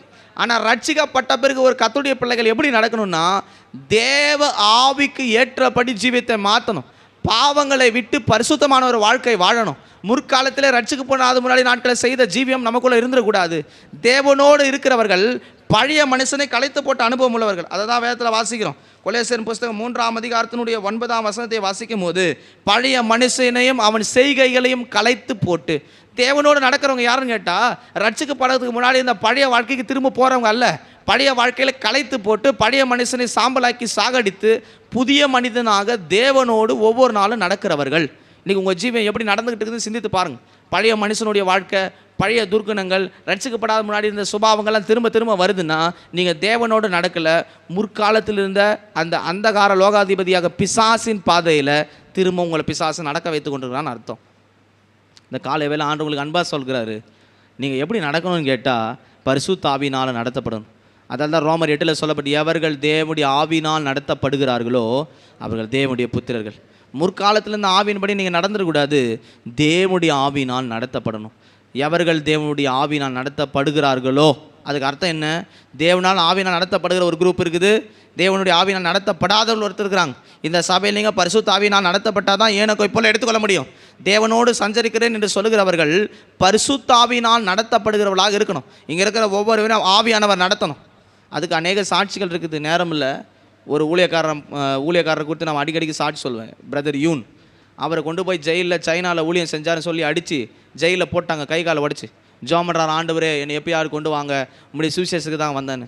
உடச்ச கையை காலை மறுபடியும் ஸ்ட்ராங்காக நேரம் ஆகுது. உடனே ஃபிசியோதெரப்பி இல்லை, சர்ஜரி இல்லை, ராடு இல்லை, எதுவும் இல்லை. கை நேராகுது, கால் நேரம். இப்போ பூமியில் வாழ்ந்துட்டு இருக்கிற மனுஷனை சொல்கிறேன். இப்போ பூமியில் வாழ்ந்துட்டு இருக்கிற மனுஷனை பற்றி நான் பேசிகிட்டு இருக்கிறேன். பைபிளில் சொல்லப்பட்ட வசனம் இல்லை, பூமியில் இப்போ உயிரோடு வாழ்ந்து கொண்டிருக்கிற மனுஷனை பற்றி நான் பேசிகிட்டு இருக்கிறேன். அந்த ஜெயிலில் பல கட்டடத்தை தாண்டி தான் உள்ளே நுழையணும். செக்யூரிட்டி ஃபோர்ஸஸ் எல்லா கேட்டும் திறக்குதான், எல்லா கேட்டும் திறக்குது. எல்லாம் காவலாளரும் நிற்கிறான். ஒருத்தன் கூட இவனை பார்க்கல, எல்லா கண்ணும் குருடாகுது. வெளியே போனால் கார் நிற்குது. அந்த காரில் ஏறி நேராக போய் அவர் போக வேண்டிய இடத்துல போய் சேர்ந்துட்டு இன்றைக்கி ஊழியம் பண்ணிருக்கிறார். அவர் ஒரு புக்கை எழுதியிருக்கிறார், heavenly man of god, brother Yun. அவர் பேர் எவன்லி மேன் ஆஃப் காட். இப்படி வாழ்ந்தவங்களும் இந்த பூமியில் தான் இப்பயும் இருக்கிறாங்க.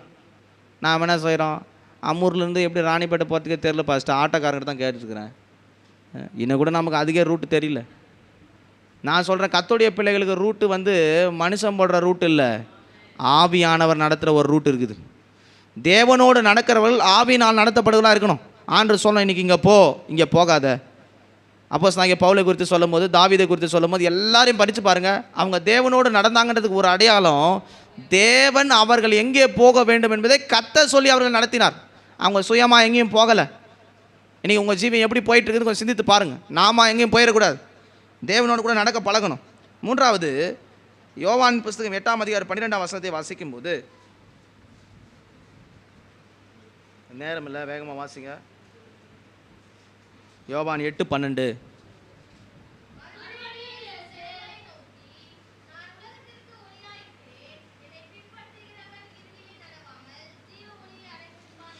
அவர்கள் எப்படி நடக்கிறவங்கன்னா, ஜீவ ஒளியிலே நடக்கிறவர்கள். முதலாவது, கர்த்தரோடு கூட நடக்கிறவர்கள் எடுத்துக்கொள்ளப்பட்ட சபையினுடைய அடையாளம், அது விசுவாசித்து நடக்கிறது. இரண்டாவது, அவர்கள் ஆவியினால் நடத்தப்படுகிறார்கள். மூன்றாவது, அவர்கள் வெளிச்சத்தின் பிள்ளைகள், வெளிச்சத்தில் நடக்கிறார்கள். இயேசு கிறிஸ்து சொன்னார், நானே வழியும் சத்தியம் ஜீவனுமாக இருக்கிறேன். அவர் தான் மெய்யான ஒளின்னு சொல்கிறார். அப்போ ஒளி என்பது சத்திய வேத வசனங்களை காண்பிக்கிறது. தேவனோடு சஞ்சரிக்கிற நடக்கல் யாருன்னு கேட்டால், வசனத்தின்படியே வாழ்க்கை நடத்துகிறவங்க. வசனத்தை கேட்டுட்டு போகிறவங்க இல்லை, வசனத்தை எழுதிக்கிட்டு போகிறவங்க இல்லை, வசனத்தை வாழ்க்கையில் கொண்டு வர்றவங்க. 1 யோவானின் புஸ்தகத்தை வாசிக்கும் போது 1ஆம் அதிகாரத்தினுடைய 6-7 வசனங்களில் இவைகள் சொல்லப்பட்டுகிறது. 1 யோவானின் புஸ்தகம் 1ஆம் அதிகாரம் 6-7 வசனங்கள்.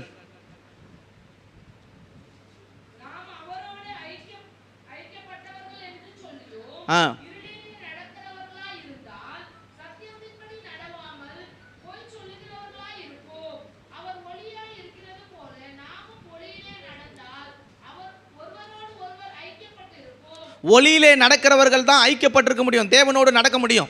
வசனம் சொல்லப்பட்டிருக்கிறது, அவரோடு கூட ஒளியிலே நடக்கிறவர்கள் தான் அவரோடு கூட ஐக்கியப்பட்டவர்கள். அதுக்கு அர்த்தம் என்ன? தேவனோடு நடக்கிறவர்கள், ஒளியிலே நடக்கிறவர்கள், அவர்களில் எவ்வளவு வேணும் இருள் இல்லை. அவர்கள் ஒளியிலே நடக்க எப்படி நடக்கிறாங்கன்னா, சத்திய வசனத்தை கேட்கிறவர்கள் இல்லை, அதை கை கொண்டு ஜீவிக்கிறவர்கள். இன்னைக்கு எத்தனை பேர் வசனம் கேட்டிருக்கீங்க அப்படின்னு கேட்டால், பாதி பேர் வசனம் இங்கே கேட்குறீங்க, பாதி பேர் மறந்துடுவீங்க, பாதி பேர் சபை முடிஞ்ச பேர் கேட்டால் கூட தெரியாது. ஆனால் வசனம் சொல்லப்படுகிறது, சத்திய வசனத்தின்படி கேட்கிறவர்கள் வெளிச்சத்திலே நடக்கிறார்கள், அவர்களுக்குள்ளே தேவனுடைய ஒளி இருக்கிறது, அவர்கள் ஒளியோடு கூட ஐக்கியப்பட்டிருக்கிறார்கள். இயேசு கிறிஸ்துவோடு நடக்கிற ஒரு அனுபவம் இருக்குது, அதுதான் சத்திய வசனத்தில் நடக்கிறது, வார்த்தையின்படி ஜீவிக்கிறது. உம்முடைய வேதம் எனக்கு மன மகிழ்ச்சியாக இராமல் போனால் நான் துக்கத்தில் அமிழ்ந்து போயிருப்பேன். சங்கீதக்காரன் இப்படி சொல்கிறான், உம்முடைய வேதம் என் கால்களுக்கு தீபமும் என் பாதைக்கு அது வெளிச்சம். ஒரு கர்த்தருடைய பிள்ளைகளுக்கு வழி பாதை எல்லாமே வசனம் தான். ஏனோக்கு நான் நினைக்கிறேன் கர்த்தர் அவங்ககிட்ட பேசி, இப்போ பைபிள் இருக்குது, ஏனோக்கு பைபிள் இல்லை, ஆனால் ஆண்டவர் வார்த்தை கொடுத்துட்டே இருந்திருப்பார், வசனம் கொடுத்துட்டே இருப்பார், கைட் பண்ணிக்கிட்டே இருப்பார். நோவாவுக்கு எப்படி கர்த்தர் கைட் பண்ணாரோ, வசனம் தான் ஒரு மனிதனை சரியான பாதைக்கு நேராக நடக்க செய்யுது. ஒரு சபையை மகிமையாக மாற்றி தேவனுடைய பரலோக ராஜ்யம் கொண்டு போகணும்னா அதுக்கு தேவையானது சத்தியத்திலே நடக்கிற சபையாக இருக்கணும். இன்றைக்கி எத்தனை பேர் வசனத்தை நடக்கிறீங்க அப்படின்னு கேட்டால் என்ன சொல்லுவீங்க? வசனத்தை கேட்குறோம் ஐயா, வசனத்தை படிக்கிறோம். சிலர் படிக்கிறது கூட இல்லை. சண்டே வரும்போது தான் வெளிப்படுத்தல் பக்கத்தில் ஆதியாகமாக, ஆதியாகம் பக்கத்தில் வெளிப்படுத்தல் தேடுற விசுவாசி இன்னைக்கு கூட சபையில் இருக்குது. நான் பொய் சொல்லலை. சில இடத்துல பிரசங்கம் பண்ண போனால் எபேசியர் வேணுங்கன்னா பழைய ஏற்பாட்டில் தேடிட்டு இருக்கிறான். அவங்களுக்கு என்ன பண்ணணும்னா வசனம் சொல்லணும், பக்கம் சொல்லணும், எங்கே இருக்கு, எந்த பக்கம் லெஃப்ட் சைடா ரைட் சைடான்னு சொல்லணும். இப்படிலாம் சொன்ன பிறகு தான் அவர் வசனம் எடுப்பார். அதுக்குள்ளே பிரசங்கமே முடிஞ்சிடும். அதுக்குள்ளே பிரசங்கமே இப்படி பாதி பேர் சபையில் இருக்கிறாங்க. ஏன்னா அவங்க 66 புஸ்தகத்தை இன்னும் பார்க்கல. நான் சொல்கிறேன், ஒரு மகிமையான சபையாக எடுத்துக்கொள்ளப்படக்கூடிய அனுபவம் அவர்கள் ஒளியிலே நடக்கிறவர்கள். ஒளியிலே நடக்கிறவர்கள் ஒளியில் ஐக்கியப்பட்டுருங்க. யாருன்னு கேட்டால் சத்திய வசனத்தை கை கொள்கிறார். வசனத்தில் 6ஆம் வசனத்தில் சொல்லப்படும், இருளிலே நடக்கிறவர்களாக இருந்தால் சத்தியத்தின்படி நடவாமல் பொய் சொல்லுவர்களாக இருப்போம். அவர்கள் ஒளியிலே இருக்கிறது போல நாமும் ஒளியில் நடந்தால் ஒருவரோடு ஒருவர் ஐக்கியப்பட்டிருப்போம். அவர் குமாரனாகிய இயேசு கிறிஸ்துவின் ரத்தம் சகல பாவங்களை நீக்கி நம்மை சுத்திகரிக்கும். அந்த வசனம் அவங்கள புடம்பிடும், சுத்திகரிக்கும். இப்படி தான் நடக்கணும், பாவம் செய்யக்கூடாது, கல்வார் ரத்தத்தை நாம் சுத்திகரிக்கணும். ஒவ்வொரு நாளும் இந்த வசனம் அவங்கள சரிப்படுத்தி சுத்திகரித்து சரியாக எடுத்துக்கொள்ளப்படுற சபையாக மாற்றும். இந்த வேலையை செய்கிறது எதுன்னு கேட்டால் சத்திய வசனம். அதனால தான் பிசாசு நல்லா பிரசங்கம் கேட்பீங்க, பாதி தூக்கத்திலே கேட்டுக்கிட்டு இருக்க மாதிரி இருக்கும். எழுப்பி கேட்டால் தெரியாது என்ன பிரசங்கம் பண்ணார், பாஸ்டர் பிரசங்கம் என்ன பண்ணார், நல்லா கத்தி பண்ணார். அது ஏனோக்கு பற்றி பேசுன்னு தான் நினைக்கிறேன். அப்புறம் ஏனோக்கு இருந்தானா எடுத்துக்கொள்ளப்பட்டானா, என்ன எப்படி எடுத்துக்கொள்ளப்பட்டான், என்ன எடுத்துக்கொள்ளப்பட்டான்னா அவங்களுக்கு விளங்காது. இப்படி தான் பாதி பேர் சபைக்கு வந்துட்டு அரை தூக்கம் கால் தூக்கத்திலே வாண்டியே ஓட்டிகிட்டு இருக்கிறோம். கடன் வாங்கினது மட்டும் கேட்டு பாரு உங்ககிட்ட, நீங்கள் கடன் வாங்கினது மறந்துடுவீங்க. நான் அதை சொல்லலை. நீங்கள் கடன் கொடுத்தீங்க பாரு, அதை பாதுராத்தில் தட்டி எழுப்பினா கூட 100 ரூபா அவனுக்கு கொடுத்துருக்கேன், காலையில் வாங்காமல் விட மாட்டேன். 100 ரூபாய் கூட மைண்டில் இருக்குது. ஆனால் வசனம் சொன்னால் என்ன ஆகுது, ஏனோக்கு பற்றி தான் பேசியிருந்தார். ஆனால் என்ன ஏனோக்கில் பேசினார் தான் சரியாக தெரியலையே. இதுதான் பிசாசு என்ன செய்கிறான்னா, நீங்கள் சுத்திகரிக்கப்பட்டுறக்கூடாது, சத்தியத்தில் நடந்துடக்கூடாதுன்னு இங்கே இருளில் கொண்டு வரோம். தேவ சமூகத்தில் அதிகமாக வசனத்தின் மேலே வாஞ்சை தாங்க இருக்கணும். உங்களோட கர்த்தர் எது மூலமாக பேசி உங்களை சுத்திகரிப்பார்னா இந்த வசனம் தான். அதுக்கு தான் சொல்கிறேன், தினந்தோறும் பைபிளை தரங்க, தினந்தோறும் வேதத்தை வாசிங்க, வேதத்தை நேசிங்க. அது உங்களோடு கூட பேசும். அது மூலமாக ஆண்டவர் கூட இடைப்பட்டு பேசுவார். இது வரைக்கும் பைபிள் வாசிக்காமல் இருந்தீங்கன்னா ஆண்டவர் வரப்போகிறார். இனி அவளும் உங்கள் பைபிளை திறந்து ஃபோனில் படிக்கிற இந்த கதையில் ஹார்ட் காப்பியில் கையில் கொடுத்துருக்கிற வேத வசனத்தை புஸ்தகத்தை திறந்து வாசிங்க. இந்த புஸ்தகத்தில் எழுதியிருக்கிறவர்களை வாசிக்கிறவனோ கேட்கிறவனோ இவைகளை படி செய்கிறவனோ பாக்கியவான் அப்படின்னு வசனம் சொல்லுது, நான் சொல்லலை. கேட்கணும், வாசிக்கணும், கை கொள்ளணும், அவன் தான் பாக்கியவான், அவன் தான் தேவனும் நடக்கிறவன், அவன் தான் எடுத்துக்கொள்ளப்படுவான் நீதிமான். நம்ம வாசிக்கிறதும் இல்லை, கேட்குறதும் இல்லை, கை கொள்றதும் இல்லை. நாம் என்ன தெரியுமா செய்கிறோம், அப்படியே வந்து சிஎஸ்ஐ மற்ற சபை, நான் அந்த சபையை குறைப்பத்தில் அப்படியே உக்காந்துரு, சேரில் அசையாமல் உட்கார மாதிரி உட்காந்துருது. 12 ஆயிடுச்சா? ஆமென், சோத்திரம். கர்த்தாவே இன்னைக்கு ஆராதனை கொண்டு வந்தீர், பரவாயில்ல, சந்தோஷமாக பேசினீர், நன்றி சுவாமி. ஆமென், அல்லேலூயா. நிச்சயமாக சொல்கிறேன், பரலோகத்துக்கு போகிறதுக்கான எந்த வாய்ப்புமே இல்லை. தேவனுடைய ராஜ்யம் வந்து நீங்கள் நினைக்கிற மாதிரி சாதாரணமானது அல்ல. தேவனோடு சஞ்சரிக்கிறவர்கள் மட்டுமே அதில் எடுத்துக்கொள்ளப்பட முடியும். நான் சொல்கிறேன், இந்த சபையில் இருக்கிற எல்லாரும் தேவனோடு கூட நடந்து ஆகணும். நீங்கள் தேவனோடு கூட தான் சஞ்சரிக்கணும். உலகத்தோடு சஞ்சரிக்கிற கூட்டம் இந்த சபையில் இல்லை. அது நல்லா விளங்குங்க. கர்த்தருடைய பரிசுத்த நாமத்துக்கு மகிமை உண்டாவதாக. 4வது வாசிக்கும் போது கொலோசியர் புஸ்தகம் 1ஆம் அதிகாரம் 10ஆம் வசனத்தை வாசிக்கும் போது, நேரம் இல்லை, கொஞ்சம் சீக்கிரமாக வாசி, நல்லாயிருக்கும்.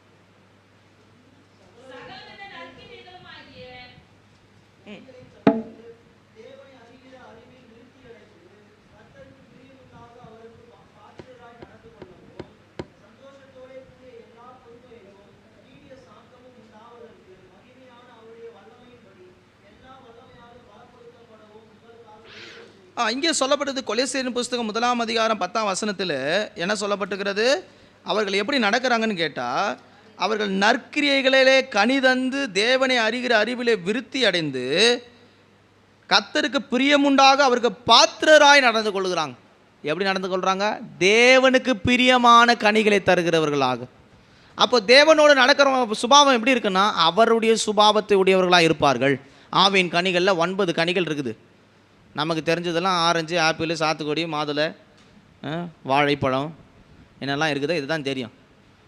ஃப்ரூட்ஸுக்கு பஞ்சமே இல்லை பாஸ்டர், எல்லா ஃப்ரூட்ஸும் தெரியும். ஆவின் கனிகள் சொல்லுங்கள், அன்பு, அதுக்கப்புறம் தெரில பாஸ்டர், அதுக்கப்புறம் தெரியாது நமக்கு. பாதி ஒரு 3 நாள் வரைக்கும் போகும், அதுக்கு மேலேயும் தெரியாது. 9 கனிகள் தெரியும் சொல்கிறோம், கை தூக்கும்பா எனக்கு 9. நான் சொல்லிட்டு பைபிள் வரிசைப்படின்னு சொல்லணும், உங்கள் வரிசை இல்லை. பைபிள் வரிசைப்படி 9 கனிகள் எனக்கு தெரியும்னு சொல்கிறேன். கை தூக்கும் பார்க்கலாம். 1 அவுட்டு, எல்லாமே ஆல் அவுட்டு. Clean bolt. இது எப்படி பரலோகம் போவோம்? கலாத்தியர் 5ஆம் அதிகாரத்தில் கனிகளை குறித்து சொல்லப்பட்டுக்கிறது இல்லையா? அன்புக்கு அப்புறம் நேராக வந்து இச்சை அடக்கம் வந்துடக்கூடாது. அன்பு, நீங்களே உங்கள் பைபிளை திறங்க. ஏன்னா இது திறந்தால் தான் நமக்கு சிலது விளங்குது பாருங்கள். நேரம் ஆனாலும் பரவாயில்ல, இதெல்லாம் தெரியணும். கலாத்தியர் 5ஆம் அதிகாரம் பொறுமையாக படிங்க, அப்பயாவது மண்டையில் எல்லாருக்கும் நிற்கட்டும். அன்பு, சந்தோஷம், அன்பு, சந்தோஷம், சமாதானம், நீடிய பொறுமை, தயவு, நற்குணம், விசுவாசம், சாந்தம், இச்சை அடக்கம். இப்போ சொல்லுங்கள், இதில் இருக்கிறது யாருக்காவது தெரியுமா? 9 லைனா? தெரியாது, தெரியவே தெரியாது. நாம் நினச்சிட்டுக்கிறோங்க சத்தியத்தில் வளர்ந்துருக்குறோன்னு. உண்மையாக சொல்கிறேன், நம்ம வளர்ந்துக்கிட்டு இருக்கிறோம், வளரலை, வளர்ந்துக்கிட்டு இருக்கிறோம். உங்கள் ரட்சிப்பு நிறைவேறும்படி பிரயாசப்படுங்கள். வசனம் அப்படி சொல்லப்பட்டிருக்கு. நீங்கள் ரட்சிக்கப்பட்ட நாட்கள் இருந்ததை விட இப்போ ரட்சிப்பு மிகவும் சமயமாக இருக்குது. ரட்சிப்புன்றது முழு ரட்சிப்பு இல்லை, ரட்சிக்கப்பட்டுக்கிட்டே வரோம். ஒரு முழு ரட்சிப்பு வந்தால் கர்த்தர் உங்களை பரலோகத்துக்கு எடுத்துருவார். நல்லா புரிஞ்சுக்கணும். வசனம் சொல்லப்பட்டுக்கிறது, தேவனோடு கூட நடக்கிறவர்கள் எப்படி நடப்பாங்கன்னா, ஆவிக்கேற்றபடி கனிகளை தந்து நடப்பாங்க. அவங்க கனிகளாலே அவர்களை அறியலாம். மரமானது அதன் கனியினாலே அறியப்படுகிறது. நீங்கள் யார் அப்படின்னு தெரியணுன்னா அது யாரையும் கேட்க வேண்டியதே இல்லை. ஒரு 10 நிமிஷம் உங்கள் ஆக்டிவிட்டீஸை பார்த்தா கண்டுபிடிச்சலாம் நீங்கள் யாருன்னு. உங்கள் பேச்சு அதை வெளிப்படுத்துகிறது. சீசர்களை பற்றி அப்படி தான் சொன்னாங்க. உங்கள் பேச்சு அதை உங்கள் பேச்சை காட்டி கொடுத்துரும். நீங்கள் நடக்கிறீங்க பாருங்கள், சீயோன் குமாரத்தி ரொம்ப மெதுவாக நடப்பாள், அவள் பூமியை தேய்மானம் இல்லாத அளவுக்கு சுத்தமாக நடப்பாள், அமைதியாக நடப்பாள். அப்படி இல்லை, அவள் எப்படி நடப்பாள்? சிலம்போலிக்க திரிந்து. உங்களுடைய நடக்கையை வைத்து கண்டுபிடிச்சிடலாம். பிலிப்பியரில் அப்படி தான் சொல்லப்பட்டு, அநேகர் வேறு விதமாய் நடக்கிறார்கள், அவர்கள் தேவனுக்கு பகைஞ்சர்கள். பிலிப்பியர் 3:18 நினைக்கிறேன், அப்படி ஒரு வசனம் இருக்குது. நம்ம வேறு விதமாக நடக்கக்கூடாது, ஆவிக்கேற்றபடி நடக்கணும். பிலிப்பியர் புஸ்தகம் 3ஆம் அதிகாரம் 18ஆம் வசனத்தை வாசிக்கும் போது அப்படி ஒரு வசனம் இருக்குது. சத்தமாக வாசிங்க. 3:18 வேகமாக வாசிங்க, நேரம் இல்லை. அநேகர் வேறு விதமாய் நடக்கிறார்கள்.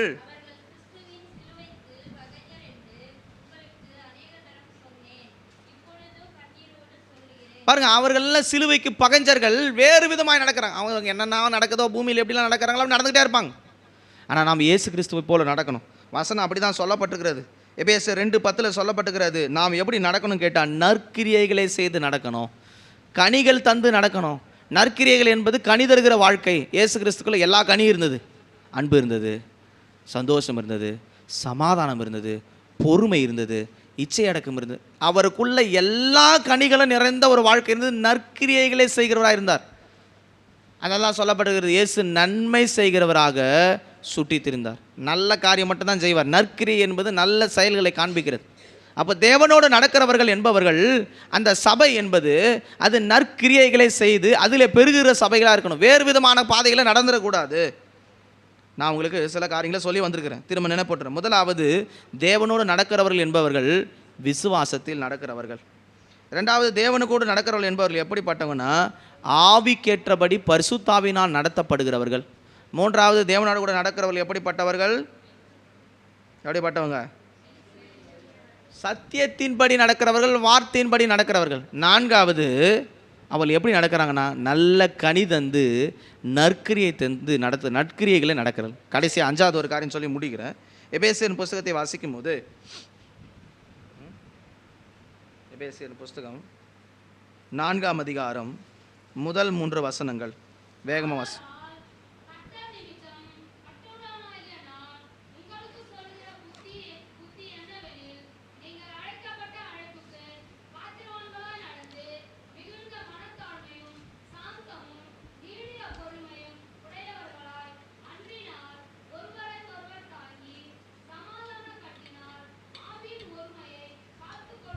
இப்போ நேரம் இல்லை, உங்களுக்கு இந்த வசனம் சிலருக்கு தெரிஞ்சிருக்கலாம். வசனம் சொல்லப்பட்டிருக்கிறது, அழைக்கப்பட்ட அழைப்புக்கு பாத்திரவான்களாய் நடந்து கொள்வது, உங்கள் எல்லாருக்கும் ஒரு அழைப்பு இருக்குது. உங்கள் பேரில் தேவன் ஒவ்வொரு தரிசனம் வச்சுருக்கிறார். இங்கே இருக்கிற சின்ன பிள்ளைங்க மேலே ஒரு தரிசனம் இருக்குது. இங்கே இருக்கிற வாலிபர்கள் மேலே ஒரு அழைப்பு இருக்குது. உங்கள் அழைப்புக்கு ஏற்ற பாத்திரவான்கள் நடந்து கொள்ளணும். உங்களுக்கு சுவிசேஷ வேலையை சொன்னாரா, செய்யுங்க. சபையில் பாட்டு ஊழியம் கொடுத்தாரா, செய்யுங்க. பாய் கழுவுற ஊழியம் கொடுத்தாரா, செய்யுங்க. என்ன அழைப்பு கொடுத்தாரோ அந்த அழைப்புக்கேற்ற பாத்திரர்களாக நீங்கள் நடக்கணும். இந்த பாத்திரமாகிய இந்த சரீரத்தை அவர் எதற்காக இந்த பூமியில் அழைச்சாரோ அந்த அழைப்பை நிறைவேற்றுகளாக மாற்றணும். அது எப்படி செய்யணும்னா, மனத்தாழ்மையோடு, பொறுமையோடு, அன்போடு இதை செய்யணும். நம்மில் பல பேருக்கு தாழ்மையே வர்றதில்லை. ஒரு சகோதரன் என்கிட்ட சொன்னார், மலை ஜபத்துக்கு வர்றவர், நான் சர்ச்சுக்கு போகணுன்னு கேட்டார். நான் சொன்னேன், எதுக்கு வேகமாக சர்ச்சுக்கு போகிறீங்களா, லேட்டாக கூட கொஞ்சம் டைம் ஆயிடுச்சு, ரெஸ்ட் எடுத்துகிட்டு போகலாமே, நைட்டெல்லாம் ஜபம் பண்ணியிருக்குமே. இல்லை நான் போய் தான் என் டியூட்டியை செய்யணும். நான் கேட்டேன், என்ன என் டியூட்டி, அப்படி என்ன டியூட்டின்னு. என் ஆயுதத்தை நான் எடுக்கலாம், வேறு யாரெல்லாம் எடுத்துகிட்டு போயிடுவான். நான் கேட்டேன், என்ன அப்படிப்பட்ட என்ன ஆயுதம் நீ அங்கே வச்சுருக்கிற? அப்புறம் அவர் சொல்கிறாரு, நான் தான் அங்கே பாத்ரூம் கழுவணும், என் பாத்ரூம் ப்ரெஷ்ஷை எவனா எடுத்துக்கூடாது, என் அழைப்பு அதுதான், என் ஊழியம் அது, எவனா எடுத்துனா என் ஆசுவாதம் போயிடும், நான் முதல்ல போய் பாத்ரூம் கழுவ போகிறேன். இன்றைக்கும் இப்படி அழைப்புக்கு பாத்ரூம்லாம் நடக்கிறாங்க. நாம் என்ன நினைக்கிறோம், வந்தால் ட்ரெஸ்ஸு கலையாமல் போனால் தான் பரலோகம் போய் நினைக்கிறோம். கர்த்தர் உங்களை எதுக்கு அழைச்சிருக்கிறாரோ, உங்களுக்கு என்ன ஊழியம் கொடுத்துருக்கிறாரோ எதையுமே செய்யணும். இன்றைக்கி கூட நான் பாத்ரூம் கழுவுறேன். நான் கழுவாத விஷயத்தை நாங்கள் பிரசங்கம் பண்ணலை. நான் பைபிள் எடுத்துருக்கிறதுனால, வெள்ளை துணி போட்டிருக்கிறதுனால பொய் பேச விரும்பலை. நான் செய்கிறது தான் உங்களுக்கு சொல்கிறேன். நான் செய்யாத ஒரு காரியத்தை இந்த மேடையிலேருந்து இது வரைக்கும் நான் பிரசங்கம் பண்ணதே இல்லை. நான் உங்களுக்கு ஒரு காரியத்தை சொல்கிறேன், நம்ம அழைப்புக்கேற்ற பாத்திரவான்களாக மனத்தாழ்மையோடு, பொறுமையோடு, அன்போடு நாம் ஜீவித்தால்தான் தேவனோடு கூட நடக்கிறவர்கள். சும்மா வெள்ளை துணி போட்டுக்கிட்டு, வேஷம் போட்டுக்கிட்டு, அந்நிய பாஷை பேசிக்கிட்டு, கத்திக்கிட்டு, இது யார் வேணால் பண்ணலாம், இது யார் வேணால் பண்ணலாம்.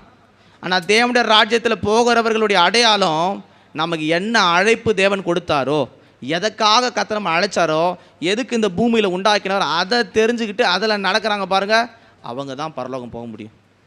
நான் இன்றைக்கி ஒரு 5 காரியத்தை தேவனோடு நடக்கிறத சொல்லியிருக்கிறேன். விசுவாசத்தில், ஆவியில், சத்தியத்தில், அப்புறம் நற்கிரியைகளை தந்து கனி தருவதில், அழைப்பில் பாத்திரமெல்லாம் நடங்க. இவங்க தான் தேவனோடு சஞ்சரிக்கிறவங்க. அவங்களை குறித்து தான் ஆதியாகமத்தில் நோவா பற்றி சொல்லப்பட்டிருக்குது. அவன் வெளிப்பாடு, இந்த வெளிப்பாடு உள்ள வாழ்க்கை உங்களுக்கு வேணும். இதுதான் நோவாவுக்கு வெளிப்பாடுகள் உள்ளதாக இருந்துச்சு. அந்த காலத்தில் எல்லா பாவங்களும் இருந்துச்சு, அந்த காலத்தில் எல்லா சாபங்களும் இருந்துச்சு, ஏனோ காலத்தில் எல்லாமே இருந்துச்சு. ஆனால் ஏனோக்கு உலகத்தோடு சேரல, தேவனோடு பழக்கி ஐக்கியமாக இருந்து நடந்துக்கிட்டே வந்தான். கர்த்தருடைய வசனம் சொல்லப்பட்டு, அவன் உயிரோடு இருக்கும்போது காணாமற் போய் தேவன் அவன் எடுத்துக்கொண்டார். அவன் எங்கே போனான்? லூக்காவின் புஸ்தகத்தின் 1ஆம் அதிகாரம் 23ஆம் வசனத்துக்கு சொல்லும்போது, லூக்காவின் புஸ்தகம் 1ஆம் அதிகாரம் 23ஆம் வசனம் வாசிங்க. லூக்கா 1:23. அவனுடைய ஊழியத்தின் நாட்கள் நிறைவேறின பின்பு எங்கே போனா? சகரியா வீட்டுக்கு போனா. நாம் ஒரு வேலை வச்சுருக்கிறாரு. என்ன வேலை? என்ன வேலை? நம்ம வீட்டுக்கு நாம் போகணும். இப்போ சபை முடிஞ்ச முன்னே நீங்கள் எல்லாம் எங்கள் வீட்டுக்கு போவீங்களோ, கறிக்கடைக்கு போவீங்களோ, இல்லை வேறு எங்கள் சினிமா தேட்டருக்கு போவீங்களோ, உங்களுக்கு ஆண்டு தான் தெரியும். ஆனால் வசனம் சொல்லப்பட்டு அவனுடைய ஊழிய நாட்கள், பூமியில் அவனுக்கு கொடுக்கப்பட்ட நாட்கள் நிறைவேறின பின்பு அவன் எங்கே போனான்னு கேட்டால், எங்கே போனா? அவன் எங்கே போனா? உங்களுக்கு ஒரு வீடு பரலோகத்தில் ஆயத்தமாயிட்டு இருக்குது. என் பிதாவின் வீட்டில் அநேக வாசஸ்தலங்கள் உண்டு. எனக்கு ஒரு வீடு இருக்குது, உங்களுக்கு ஒரு வீடு இருக்குது. நாங்கள் பெருசாக கட்டிக்கிட்டு இருக்கிறேன். நீங்கள் கட்டின நிச்சயம் உண்டா உங்களுக்கு? ஆண்டு வரும்போது ஒரு நிச்சயம் இருக்கணும், எனக்காக அங்கே ஒரு வீடு கட்டப்பட்டுக்கிறது. இந்த தேகத்தை விட்டு பிரிந்து கிறிஸ்துவுடனே கூட இருக்க எனக்கு ஒரு ஆசை உண்டு என்று பவுல் எழுதுகிறார். நாம் அந்த வீட்டுக்கு போகிறோம். அங்கே துக்கம் இல்லை, பாடுகள் இல்லை, கண்ணீர் இல்லை, வேலை இல்லை, ஒன்றுமே இல்லை. சந்தோஷமாக தேவனை துதிக்க போகிறோம். இந்த துக்கமெல்லாம் அங்கே சந்தோஷமாய் மாறும். இக்கால பாடுகள் இனி வரும் மகிமைக்கு ஒப்பிடத்தக்கவைகள் அல்ல. அதனால் நேனோக்கு சொல்கிறான், அவன் தேவனோடு சஞ்சரித்து கொண்டு இருக்கையில், உயிரோடு இருக்கையில் தேவன் அவனை எடுத்துக்கொண்டு போனார். நாம் இன்றைக்கி உயிரோடு இருக்கிறோம். இயேசு வரும்போது 2 சம்பவிக்கும். 1 கொரிந்தியர் 15 சொல்லப்பட்டிருக்கிறது. அவர் வரும்போது கிறிஸ்துவுக்குள் மரித்தவர்கள் முதலாவது எழுந்திருப்பார்கள், பின்பு உயிரோடு இருக்கிற நாமும் அவருக்கு எதிர்கொண்டு போவோம். ஒன்று, நாம் எதிர்கொண்டு உயிரோடு எடுத்துக்கொள்ளப்படுவோம். இல்லாவிட்டால் நாம் மரித்தாலும் தேவன் வரும்போது எடுத்துக்கொள்வார். 2 தான் சபை எடுத்துக்கொள்ளப்படும். இந்த 2 எந்த குரூப்பில் நம்ம சஞ்சரித்து போகணுனாலும் ஏசாவை போல் நம்ம வனசஞ்சாரியாக இருந்துடக்கூடாது, வேட்டையாடுற உலக காரியத்தில் இருந்துடக்கூடாது, நம்ம நெபுகாத்நேச்சரை போல் சஞ்சரித்திடக்கூடாது, நான் வேதத்தில் சொன்ன அநேகரை போல் நம்ம உலக பிரகாரமாக சஞ்சரித்திடக்கூடாது. நாம் தேவனோடு பழகி நடக்கணும். தேவனோடு பழகி நடக்கிறவங்க எப்படி இருப்பாங்கன்னு கேட்டால், அவங்க விசுவாசித்து நடக்கிறவர்கள், அவங்கள ஆவியினால் நடத்தப்படுகிறவர்கள், சத்திய வசனத்தின்படி நடக்கிறவர்கள், நற்கிரியை தந்து கனி தருகிற ஜீவியம் செய்கிறவர்கள், அவர்களுக்கு கொடுக்கப்பட்ட அழைப்பில் அவர் நடக்கிறவர்கள். ஒருவேளை நாம் இது வரைக்கும் அப்படி நடக்காமல் இருந்திருக்கலாம். ஏனோக்கு தன் காலத்தில் தேவனோடு நடந்தான், தேவன் அவனை எடுத்துக்கொண்டு போய்விட்டார். இந்த சபையில் இருக்கிற நம்முடைய குடும்பம், நம்முடைய பிள்ளைகள், அவர் வரப்போகிறார். அப்படி வருகையில் நாம் எடுத்துக்கொள்ளப்பட வேண்டும், ஆயத்தமாக இருக்க வேண்டும். அன்று இதுவரை நான் நடக்கலை, முழங்கால்பட்டு தேவ சமூகத்தில் என்னை இனி கரம் பிடித்து நீங்கள் நடத்துங்க ஆண்டவரே. பேதுரு சொல்கிறான், ஆண்டவரே நான் முழுகிறேனே. ஆண்டு சொன்ன, அற்ப விசுவாசியே ஏன் சந்தேகப்பட்டாய்? இந்த விசுவாச பாதை கொஞ்சம் கடினமானதாக தான் தெரியும், ஆனால் முடிவு மகிமையாக இருக்கும். நீங்கள் போய் சேர வேண்டிய கரையில் நிச்சயமாக கர்த்தர் கொண்டு போய் சேர்ப்பார். கண்களை மூடி தேவ சமூகத்தை ஆழ்த்தி ஒப்பு கொடுத்து